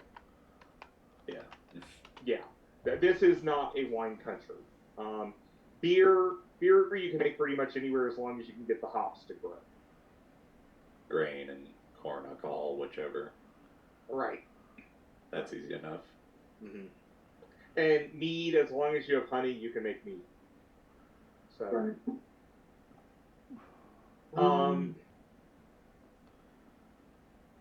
Cool. Is there anywhere in the city that you'd be interested in trying to look at? You're not asking. Oh, were you asking? I was asking Rail to see if Oh. anywhere, if they're just thinking of calling it for travel. I'm curious about the Temple of Asmodeus. If the people who had taken over the church in my world are in any way similar, there are definitely some nefarious. He just kind of puts a finger to his. There's certainly some wonderful acts of service and charity. Yes, and I would like to gleam upon such light and life and goodness. But of course, it spoils my cooking. I just would like to check in and make sure everybody is okay. We are all doing well. So it is greatly appreciated. Have you seen a gentleman by what was his name? He was hiding. I would assume he was a paladin. Sol Ulfthrin. He was a disciple of Helm. Have you seen? And I'll describe him to them. Such a man. No, I have not. Okay. He was hanging around a few months back.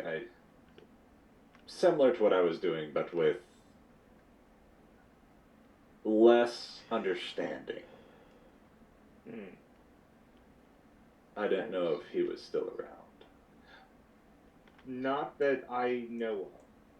Yeah, neither of them seem to recognize the name. Gotcha. All right. Okay. Well, you chat for a while. They tell you about what's going on. They tell you, they tell you about what's going on, what's been happening. Yigfik comes in at one point and waves to you, and you remember that this had become his common hangman. Mm-hmm. And so he waves at you, and he's joined actually by another one of his kind.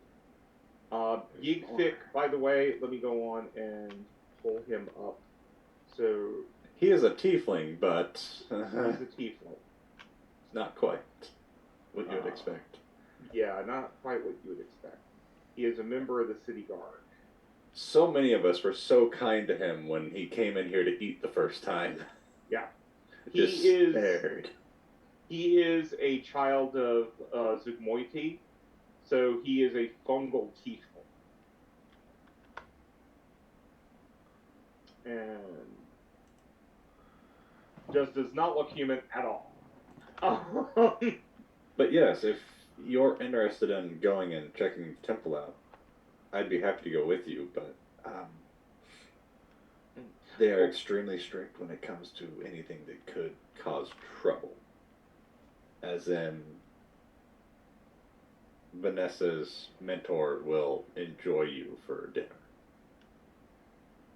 Yeah, and Nigel pokes in at this point and says, yes, there is only one penalty for a crime, and that is death by cranial extraction, I believe is how they've now phrased it.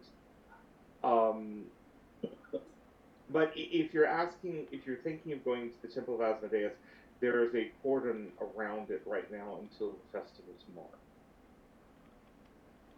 They don't want people on the ziggurat until the festival begins. Will you two be in attendance, or are you going to? Rory says, I must be there, but I will be standing I'll be standing with Magwina Knox toward the back. As a member of the council, per se, kind of got to show up. Yes.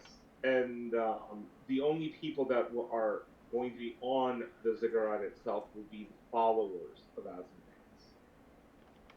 The rest of the populace will be, take that back. The only people who will be on the ziggurat are the followers of Asmodeus and people who are considering initiation. And most of the populace will be in the courtyard in the courtyard area before the temple. Not all have to be in attendance. Nigel says, I'm going to be there to support Rory. That's the only reason.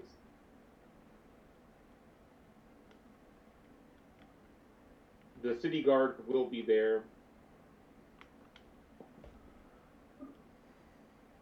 But yeah, to answer your question from earlier, whether they understand or know what happened in your home, yeah, I'm sure that would only be shared through visions or something from somebody in particular, or a very powerful member of the church. But that's in a different world. I don't know if they'd really be looking to cause trouble for you here. Me, maybe. You, probably not. Hopefully they don't summon somebody. Oh, cool. I'm leaving. Bye. Okay. Well, the day goes on. The festival begins in the morning, but most people are not going to be arriving until toward the afternoon. Because supposedly the climax is at sunset.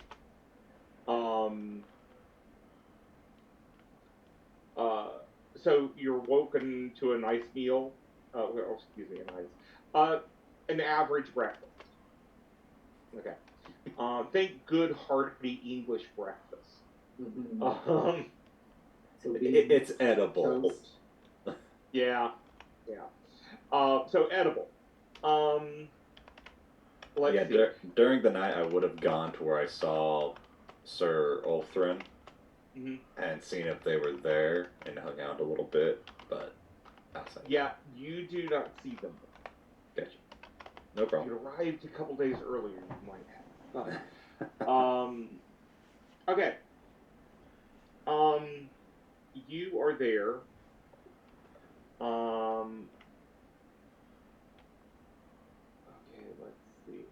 Okay, so you get to the temple, and this is a fire festival. And if we look at the temple of Asmodeus, you see it is a multi-tiered ziggurat, and right in the middle here, there is a big flame,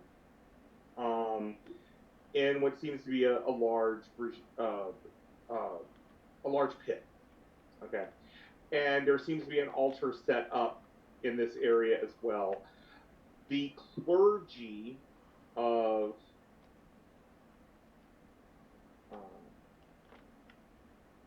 the church are lining this area on either side, and they're lining all along here.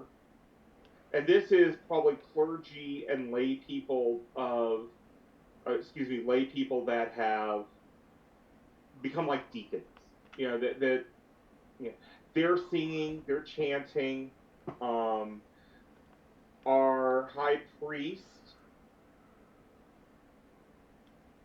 our high priest is standing in this area.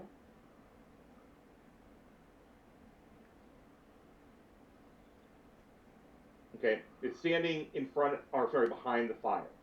On the staircase, you see just general people. You suspect some of them may be people wanting to become initiates of Asmodeus. Some could be just people, just general people of the town. Hold on a second, I'm trying to draw them on here. Okay, so we have people on either side. We also have some general populace that are on this tier who have been given access to this tier. And again, some general populace and maybe people that want to be initiated on this column, or sorry, on this staircase. There are guards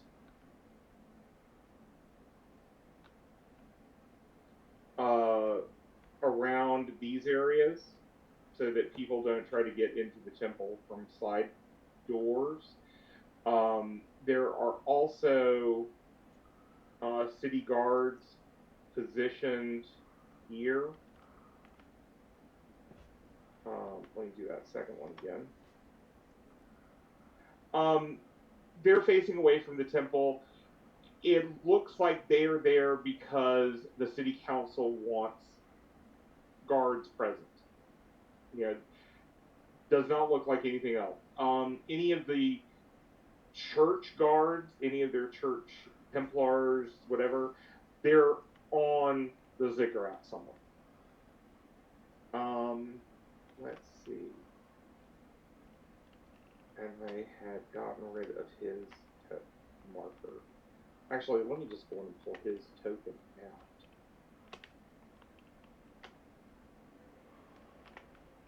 I'm gonna cast Detect Evil and Good while we're here. Probably a good idea. Okay, now where would y'all be? Rory has already said that she's going to be back here with Magwina Knox. And I'm not going to put her and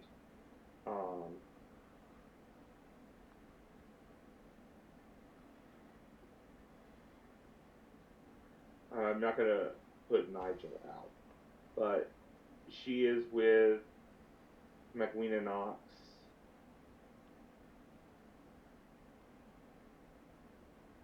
And Ramael. They're on a small raised platform.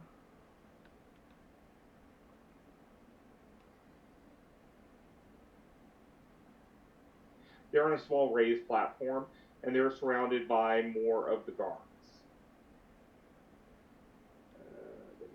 Okay. And Sulax, where were you?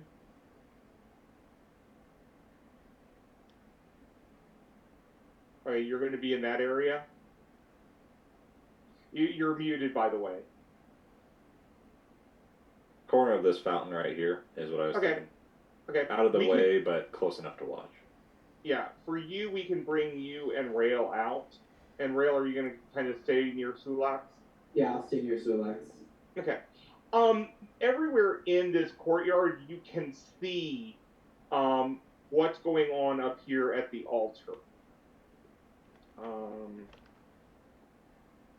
see. Let me get him out. Probably gonna let Gulong stay home for this one. Probably a good idea. Not Gulong. Kefril's just tagging along, but they're hiding. Kefril is trying to warn y'all about, oh, this is evil, this is evil. Gotta make sure these people are staying safe, Yeah, it's like, as much as I hate being here, gotta make sure they're staying safe and not... Okay. Now, most of this is singing and giving praise to Asmodeus.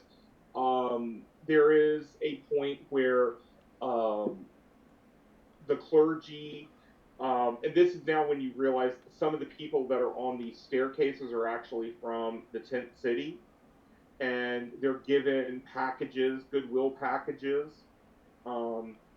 So they're handing out things that these poor wretched souls need. And there are some other lines of people that they are giving things to. That there are some. There is at one point a miracle play like thing where they are showing the defeat of the chaos of forces of chaos.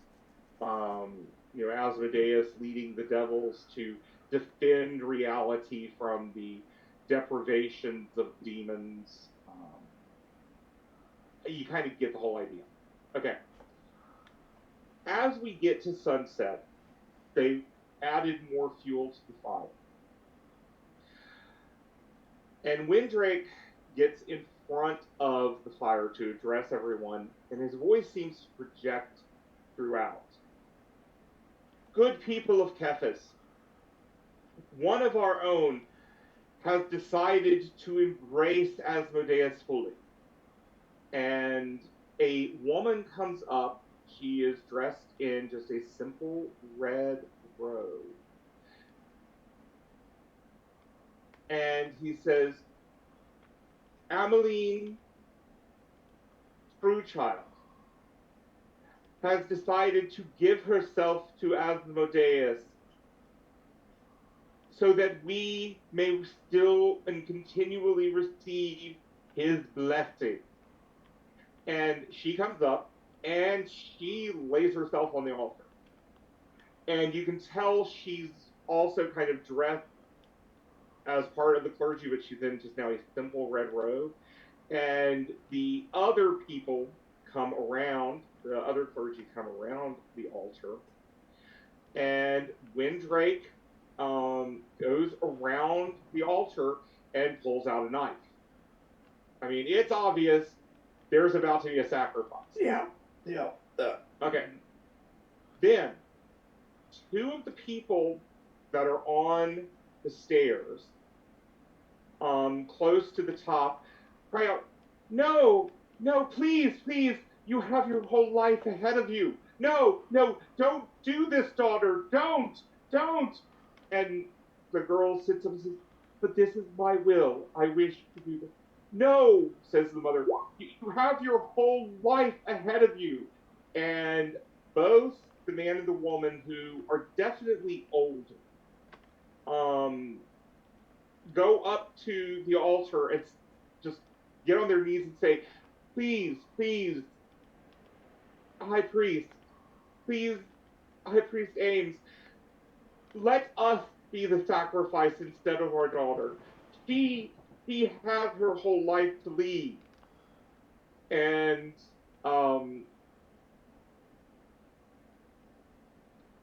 Windrake Ames looks at the daughter and then looks at them and says, If it is your will, And the he looks at the daughter and says, "Allow your parents to be the sacrifice."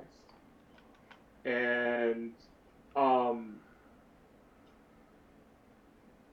they come up and stand before the fire, and Windrake stands behind the man and just slits his throat, and he falls into the fire. And then he does it to the mother, falls into the fire. And as their bodies are starting, I mean, you can see the smoke rising, two forms begin to appear. One male and one female. Make me religion checks. Could I make a quick guidance to myself? No, this is going too quick. All right. Yeah. Okay. Let's see what horrible roll that is. I rolled a 4. Well, I mean, I rolled an 8 plus 4. That's only 12. Okay. I see. Okay. So wait, you rolled a what? 12? 12. Yeah, 12. Okay. You're not exactly sure what these are, but they are strong and they look just like the man and woman, but maybe 20 years younger, maybe 30 years younger, somewhere in that range. They look now like they're in their mid-30s, or sorry, early to mid-30s, and they have wings. And Windrake comes before them and says, "It's a miracle! Lord Asmodeus has granted you a great gift for your willingness." And the man speaks out. It's the same voice. "Yes, yes. We were coming to an age where our usefulness to this city was dwindling, but we have gained renewed life and renewed purpose in Asmodeus. We have become part of his army. We have become part of the army of righteousness, the army of law, to hold back the tides of chaos." And the mother says, "Yes, yes, please, come forward, my friends. Become part of the great army to defend this realm." And do I even have to make an insight check to know that they're full of shit? Well, okay, you can make an insight roll. That's a 19 plus 1. Okay. Hey, they are saying the truth. Mm-hmm. Something is off. The falling being slit in their throat and miraculously coming up. Yeah. There's something off on The them. whole thing there How that was far away being are we? played. Oh, y'all are a ways away. Okay. But at this point, you see a number of people here and here and here throw off, actually on these stairs too, on these staircases as well, throw off cowls or their cloaks, their hoods, and they are pulling swords and they are working their way up these steps. And you can easily recognize one of them as the knight you were looking for yesterday. Perfect. I love Okay. it. Now, he is slicing through these people to get up to Windrake. I'm glad I didn't waste a wish, because I really wanted to wish for something earlier. Oh dear. Because it's happening right now. Yes. I kind of nudge over to Sulax. Is this something that happens? Not our problem. Not our problem. You see back. You see that from this line back, people are trying to get away.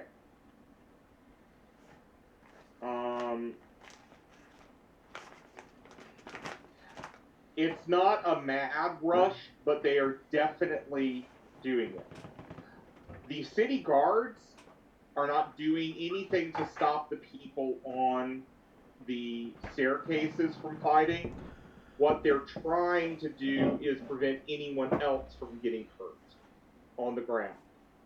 So the Baneites are actually doing their job, which is keep the populace safe. Okay. You do see a number of older people come forward to Windrake offering themselves. Because it's taking these men with swords time to get up to Windrake. Okay? And as this goes on, Windrake is willingly sacrificing them and throwing them in the fire. The two, I'll go in and tell you, they're Cambions. The two Cambions are still lying above the flames. Okay.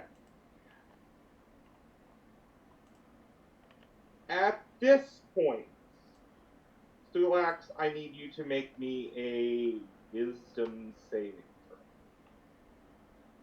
throw. Okie dokie. I'm not bad at those. I'm pretty halfway decent. Oh, and by the way, your divine sense is going evil. Yeah.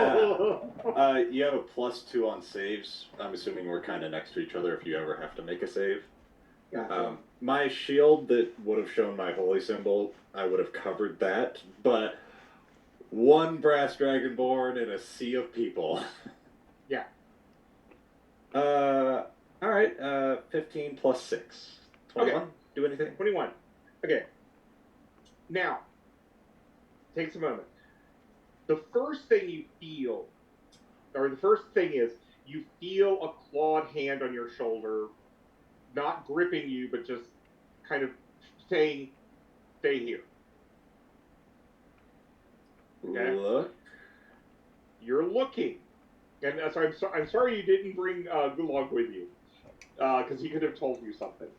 But what you're seeing is, as these people are moving through the crowds up these stairs, there is a trail of blood, and the blood is just coating the temple. And what you're starting to realize They're all is the sacrifices. sacrifices at the altar are not the only sacrifices being made. This town's gonna burn. Huh? This town's gonna burn. Yeah, but so the paladin of Helm is still killing people trying to get his way up. Because remember, the people in blue might become initiates. They're not sure. They're still kind of innocent. Yeah, that's the tough part. He's slicing his way through them to get to Windrake. Both you and Rail, Stulax and Rail, make me a perception check. What was the clawed hand, or? Oh, that's Bahamut telling you don't go. Yeah, okay, gotcha. Yeah. That was divine intervention. Yeah. That was something somebody was saying, no, do not join in this. He was standing there, and it's like he's biting his lip, like struggling. He's struggling. It's not great. That's at 12. Yeah. Okay. 7. Okay. The 12, you're not able to see it, but just from the stance of the clergy, they seem happy. Okay. So all in all, Windrake has killed probably about 6 elderly people, and sacrificed them into the flames before the Paladin of Helm gets up there. And as he rears back with his sword to strike a blow at Windrake, as he comes down, his sword shatters against Windrake. And everyone can hear what he is about to say. Ah, deluded knight, you have offered Asmodeus a greater sacrifice than we ever could. Oops.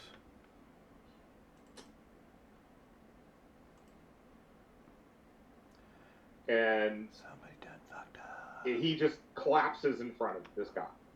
Oh, And dear. yes, he has become a fallen paladin at this point. Great. Somebody done fucked up. Yeah. And you see Rory being led away by Magwina Nox, the head of the Bane Temple. Ramael is still standing there. What do you want to do? Well, I was right there struggling. Do I go forward? Do I not go forward? Do I... Starts to rain.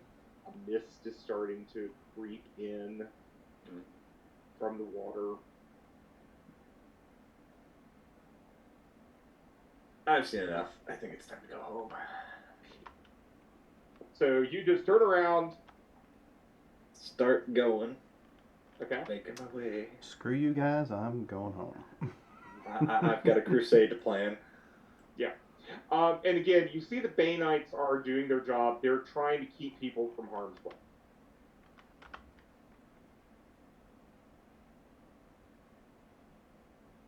So, Sulax. Yep. This happen all the time in Nope. the city? Okay. Just Nope. wanted to make sure. This is about as bad of an outcome as I could have expected. It's not great. Pretty, those were Cambians, weren't they? Not sure, but I knew that they were not people. I don't know about you. Oh, this town, this town. This town needs an enema. Oh, it needs a lot less people in this side of the town. And yeah, the rain is mixing with the blood, and it's just seeping into the stones of the temple. Almost like the stones are hungry for that blood. This town needs to get hit by a comet. Or a fast moving motorcycle. Yes, where can I find one of those?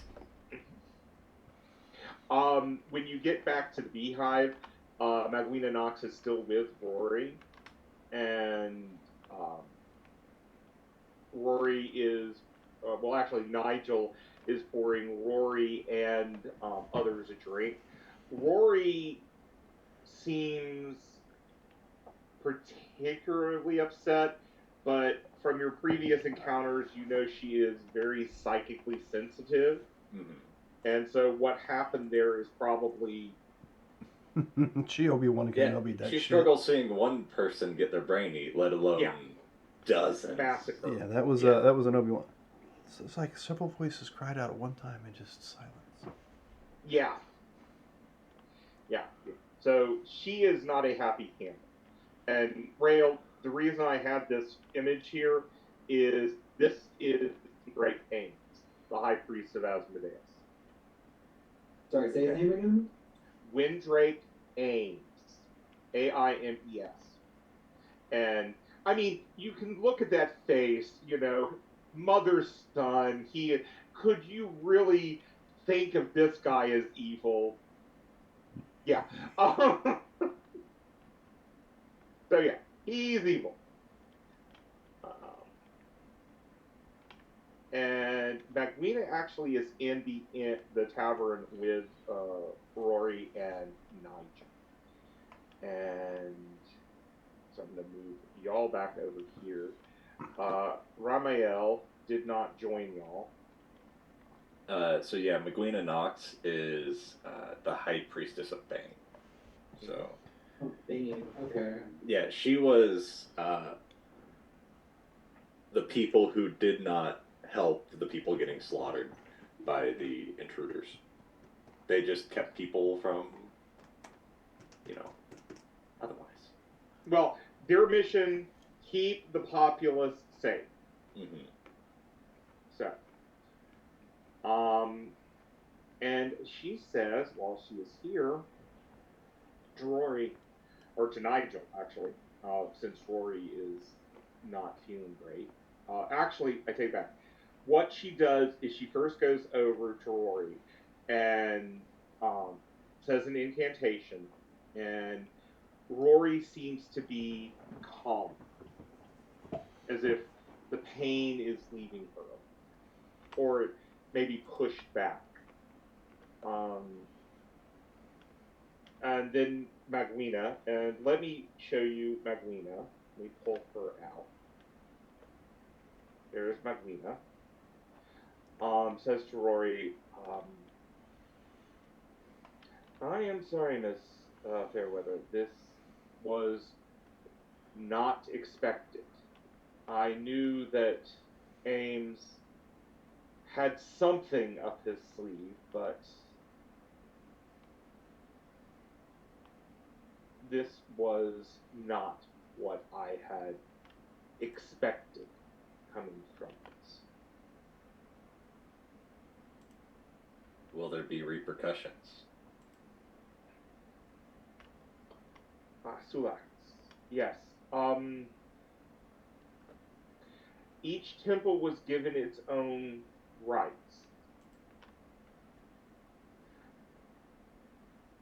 We knew that Ames planned to sacrifice one of his clergy.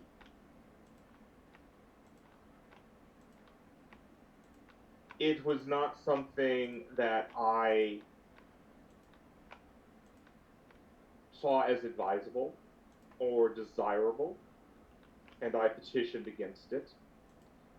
Ramael, maybe it is because they are brothers, agreed to it. Perhaps Ramael also wishes to do human sacrifice. That was a part of certain Aminator practices in the ancient days. But it seems Ames plans included more. Proving that is going to be difficult. Those were not people that offered themselves as sacrifices. Those were just fiends in disguise, I'm pretty sure. And you could be correct. As I said, proving this would be rather difficult. Well, the wizard is persuasive. They have magics that could just simply make people tell the truth, I'm sure. But that might go against certain things. It would go against certain of our core concepts for this city. But you can see her mouth tighten. She doesn't say anything else, but it's like, maybe it's time for that. You can tell the concept of blood sacrifice is not something she likes. Mm-hmm. But again, remember, most of this Temple of Bane is lawful neutral. Yeah, instead of the evil side. Yeah. Yeah, they're much more on the tyranny side than they are on the, we're just going to kill people until everyone agrees with us. I could follow that right now if it goes down against Asmodeus. Mm-hmm. We'll just cordon off that section and just...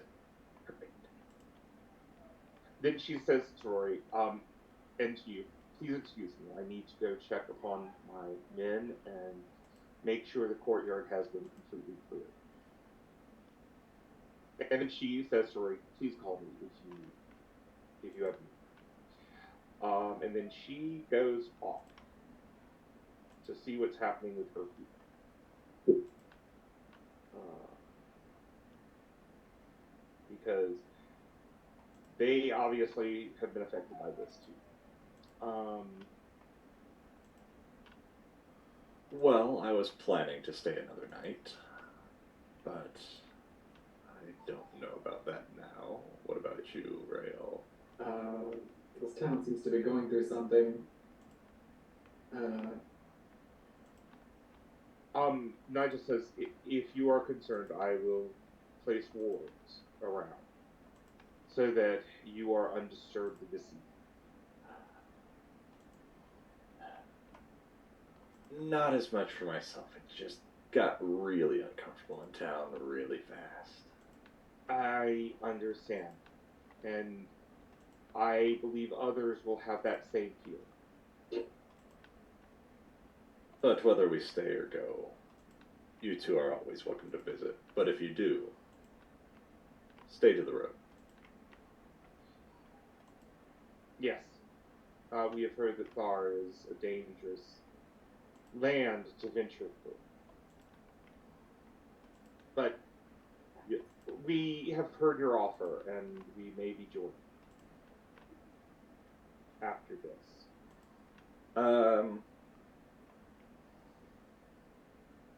I trust these people. I will go and just whisper into Rail's ear. Would you mind if I gave them the pendant for safer passage? No, of course not. Then yes, I'm probably not gonna have one, so I will take the one off of myself that I have and place it on the table. And would you mind offering them yours at this point as well, since I don't have any extras? He don't mind. He wants to get attacked by a vampire anyway. Well, if we stay on, true. I If don't we, carry one. you would have one on your person, I'm pretty Yeah. sure. Okay. Like yours yourself. That's the one I took off. Was I mine. assume you have two. Yeah, there. That should, if they for some reason go off the trail, they're not going to die. But yes, you are welcome. We have many different folk at the nest, so. Well, then, safe travel if you do decide to leave tonight. Were you rubbing your neck when you said that? Oh, no. Oh, yeah. He's struggling right now because he just kind of wants to watch that temple burn to the ground. All of the people in those robes just. He is You're not staying away from it and staying out of it. He is struggling. And that's why he's almost like the sooner he gets out of town, the farther away he'll be. A nice earthquake centered right in the middle of that temple. I sure wish a comet would land straight on them. Too many instances currently. Yeah. So, yes, you're being very conservative with your wishes. So. Yes. I have to save one for one reason. Mm-hmm. But I have one to play with. Okay, so you begin your travels back, and let's see. You then you're not going to encounter much in the way because the road is safe, and you make it back to the Dragon's Nest. Over the next couple of days, you continue what you were doing, and Vanessa, Easy, Z, and Charlotte return. So upon hearing the horror story, I ignore it.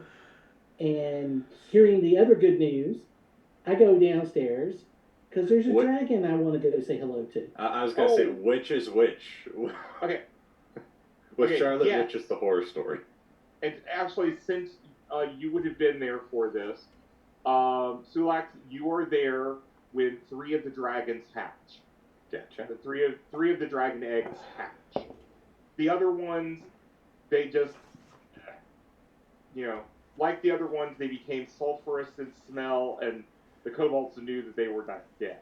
And those were taken away from the mother and disposed of. Actually, they were given to Grumblespine. I was about to ask. They were given to Grumblespine. He might have use for them. Poor Ouroboros. Who knows? You know, maybe he's going to create stink bombs for y'all. Awful thought. So, yes, there are 3 baby Imbrulian dragons. The kobolds made sure that the mother didn't eat them. They kept her occupied until they could get them into a safe location. Imbrulians are not known for maternal instinct because they were never originally developed to be breeding stock, and so the kobolds have taken them.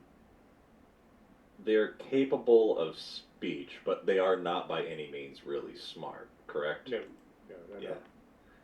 Because I remember we talked to it, but it was dumb, fairly, unintelligent.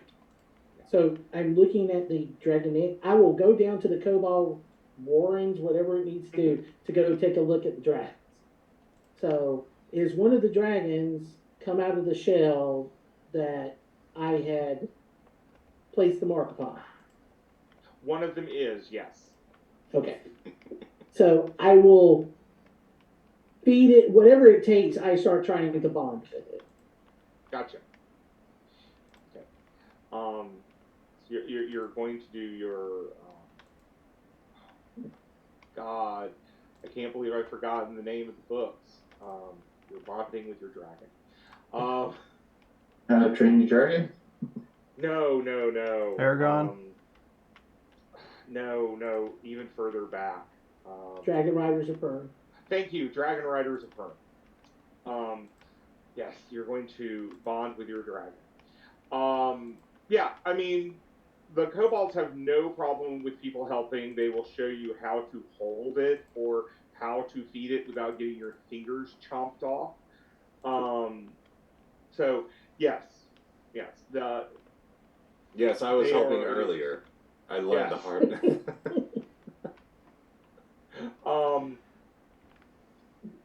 But I mean, you have to understand, kobolds have lived with dragons most of their existence, so they understand baby dragons. And because, I mean, again, let's face it, most dragons don't have strong maternal interest, or especially chromatic ones, don't have strong maternal instincts. But yes, the baby dragons are there. And Charlotte has a gift on her bed. Okay. I will go and get the gift at some point. Okay. And yes, all of you, the talk of this area will be about. I will have tried to spin it a little bit of the betrayal of the people that were willing to put their trust in Asmodeus. They were just slaughtered needlessly by these fiends that were summoned. That's another reason for building up our army. I am spinning it in a terrible, worse way than it really happened. It was pretty Anyone bad, that would listen. in my opinion. Hey, when I come back, I'll help you write a poem or a song about it. I love that. I mean, the despair that it will generate, is perfect. Yeah, I can understand that, yeah. The next time you go to Kephis, the entire Asmodean temple now shimmers in blood, in a blood red color in the sun. I will let them know that the Fairweathers might be showing up. After what happened, they were fairly turned off by that. We could probably. Should we go back and see if anyone else wants to leave? Or maybe I should send a message saying, hey, bring everybody who wants out of there? So we only have so much room currently, but I did put the offer to the Fairweathers, and I'm sure that offer might get floated around a little bit, and I don't want to make an enemy of Kephis by saying, hey, just come here instead.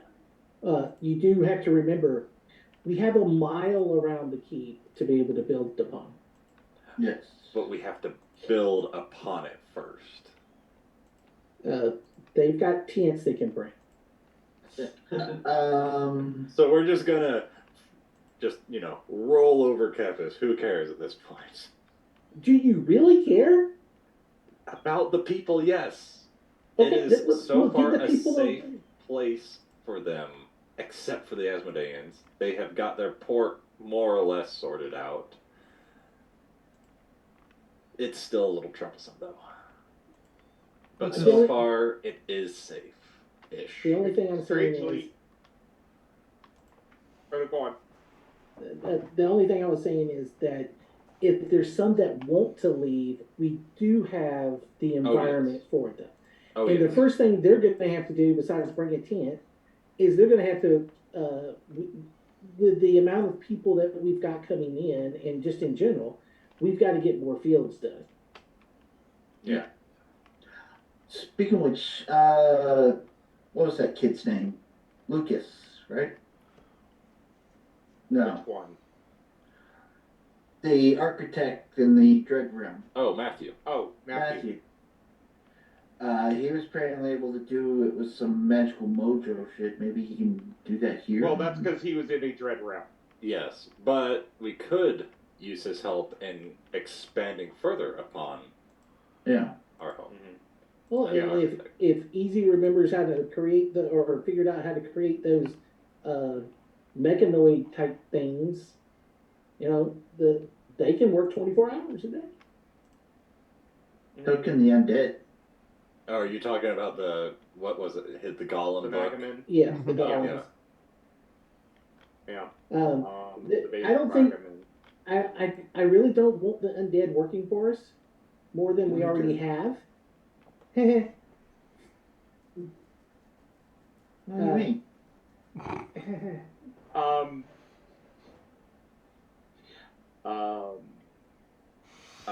So, would, is this the one I'm looking at?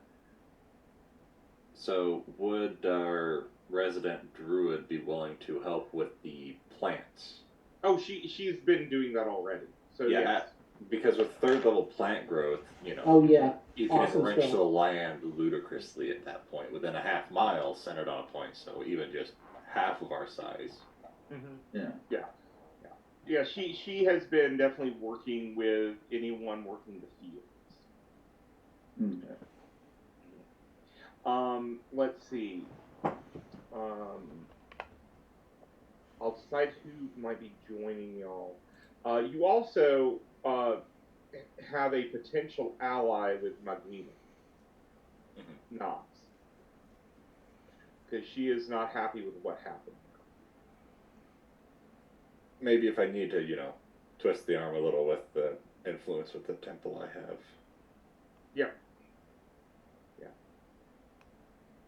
It's just interesting that, a potential ally could be the Temple of Fame in this case. I hate it. I really love do. it. I really hate that idea, but Well, I mean, we've got one side of the Temple of Fame that are allies. The guard side. you've got the captain. Yeah, exactly. The guards.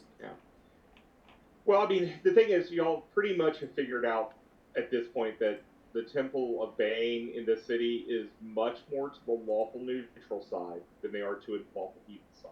Right. The They're not Asmodeans bad. are obviously lawful evil. And the Aminators, you just don't know. Has anybody even really worked with them at all? Not really. Yeah, y'all haven't taught. Y'all have not gotten a relationship with them to find out. Which one was that? The Temple of Aminator, the Sun God. Yeah, I've been there. You've been there, but you really haven't gotten a lot of. Oh no, because they give everyone a second chance. They've the one that you probably the two I should say that you have the most contact with have been. Oh no, it really is just Cantor Luxcool. He's the one that you have the most interaction with. And he just he's just weird. Period. That's fine. It's hard to read what he likes and doesn't, because he is so non-human. So, any questions? You said we're back at the compound now, right? Yep. And we'll have about another week before anything happens. All right. So Easy will finish working on the glasses first, but what did he get from returning the map to or breakfast 6? I will tell you next time. I need to think about it. Okay. Because I wasn't sure if you would do this instead of going over to the other thing. And you definitely have gained another favor with another point of favor from the temple. And Sulax and Rail will have gained a point of favor from the Temple of Bane. I need to figure out what he's going to make out of this piece of wood. Mm-hmm. Think of this wood as basically solidified wild magic. You can do anything with it. All right. And Marcus, give yourself another point of favor with the the tower. And Scott, you can give Charlotte a point of favor with Char. Oops. Are you going to tell me now about what my gift or what's on my bed or next week? That's Vanessa sent that to you. It's in the chat in Roll20. Okay. A black hat box with purple rim. Upon opening, there is a hat. I see it now. Yeah. In Roll20? Yeah, I whispered it. Oh, okay. Initially whispered it to Robert. Oh, okay. That's why I thought you had whispered it to Charlotte too. Yeah, just now. And the picture of that hat, I sent you a DM in Discord. Okay. Yeah, but he's giving you some information from Candlekeep about Char, Oh, nice. about the worship of Char. Back before the whole spell plague and all that, and basically your ability to use the Shadow Weave to cast some magic. That's so nice that you're still set on revenge, though, right? Yeah. I don't know what you're talking about. Yeah, and There we'll it is, talk Vanessa. about the concept of the Shadow Weave in modern Faerun. But Cool. That's awesome. Oh, I'm going to start wearing that hat. Yeah. It goes with the rest of the outfit. Yeah, for those who want to see the hat, it's Okay. it's good. So Are you sure you're going to wear that hat? we're in Discord. Consequence Chaos is still loading. Oh, okay, Yeah. it's still loading. There it is. Voila. Oh, fancy. Are you sure you're going to wear that hat? Because, if you wear that hat, you can't wear the other one. It's not a magic item. Why Yes. can't I wear it? Well, You if can you're- wear it and then change it out to your How to Disguise as needed. Yeah, but the hat of disguise can be made into other things also, like a comb Ah. or a hair bracelet. At least that's what it said it could do. Yep. Oh, okay. Not bad. So, okay, any other questions? And y'all have any ideas of where y'all would like to go after this? I mean, I have places y'all can go already, but I'll probably check with my mentor, see if there's anything else he needed from me, or any new items. well, I mean, he definitely is going to have a trip for y'all to go and look at a place that might have more information on Zargon. Okay. I'll continue doing my mental training and try to expand my mind Okay. and continue to go to places and recruit people for our army. I see. It's apparently it's not just Barovia that we're going to take out Kefis and eventually Just the Asmodean part of Kefis. So far. okay. They've been so helpful. I mean, they had that one cleric that went down and took care of the ghosts in those cells, but besides that. Yeah. No idea what she did with them, but she was very happy to go do it for you. Okay, well then, that is it for tonight, and thank you for everyone who was watching, or will watch.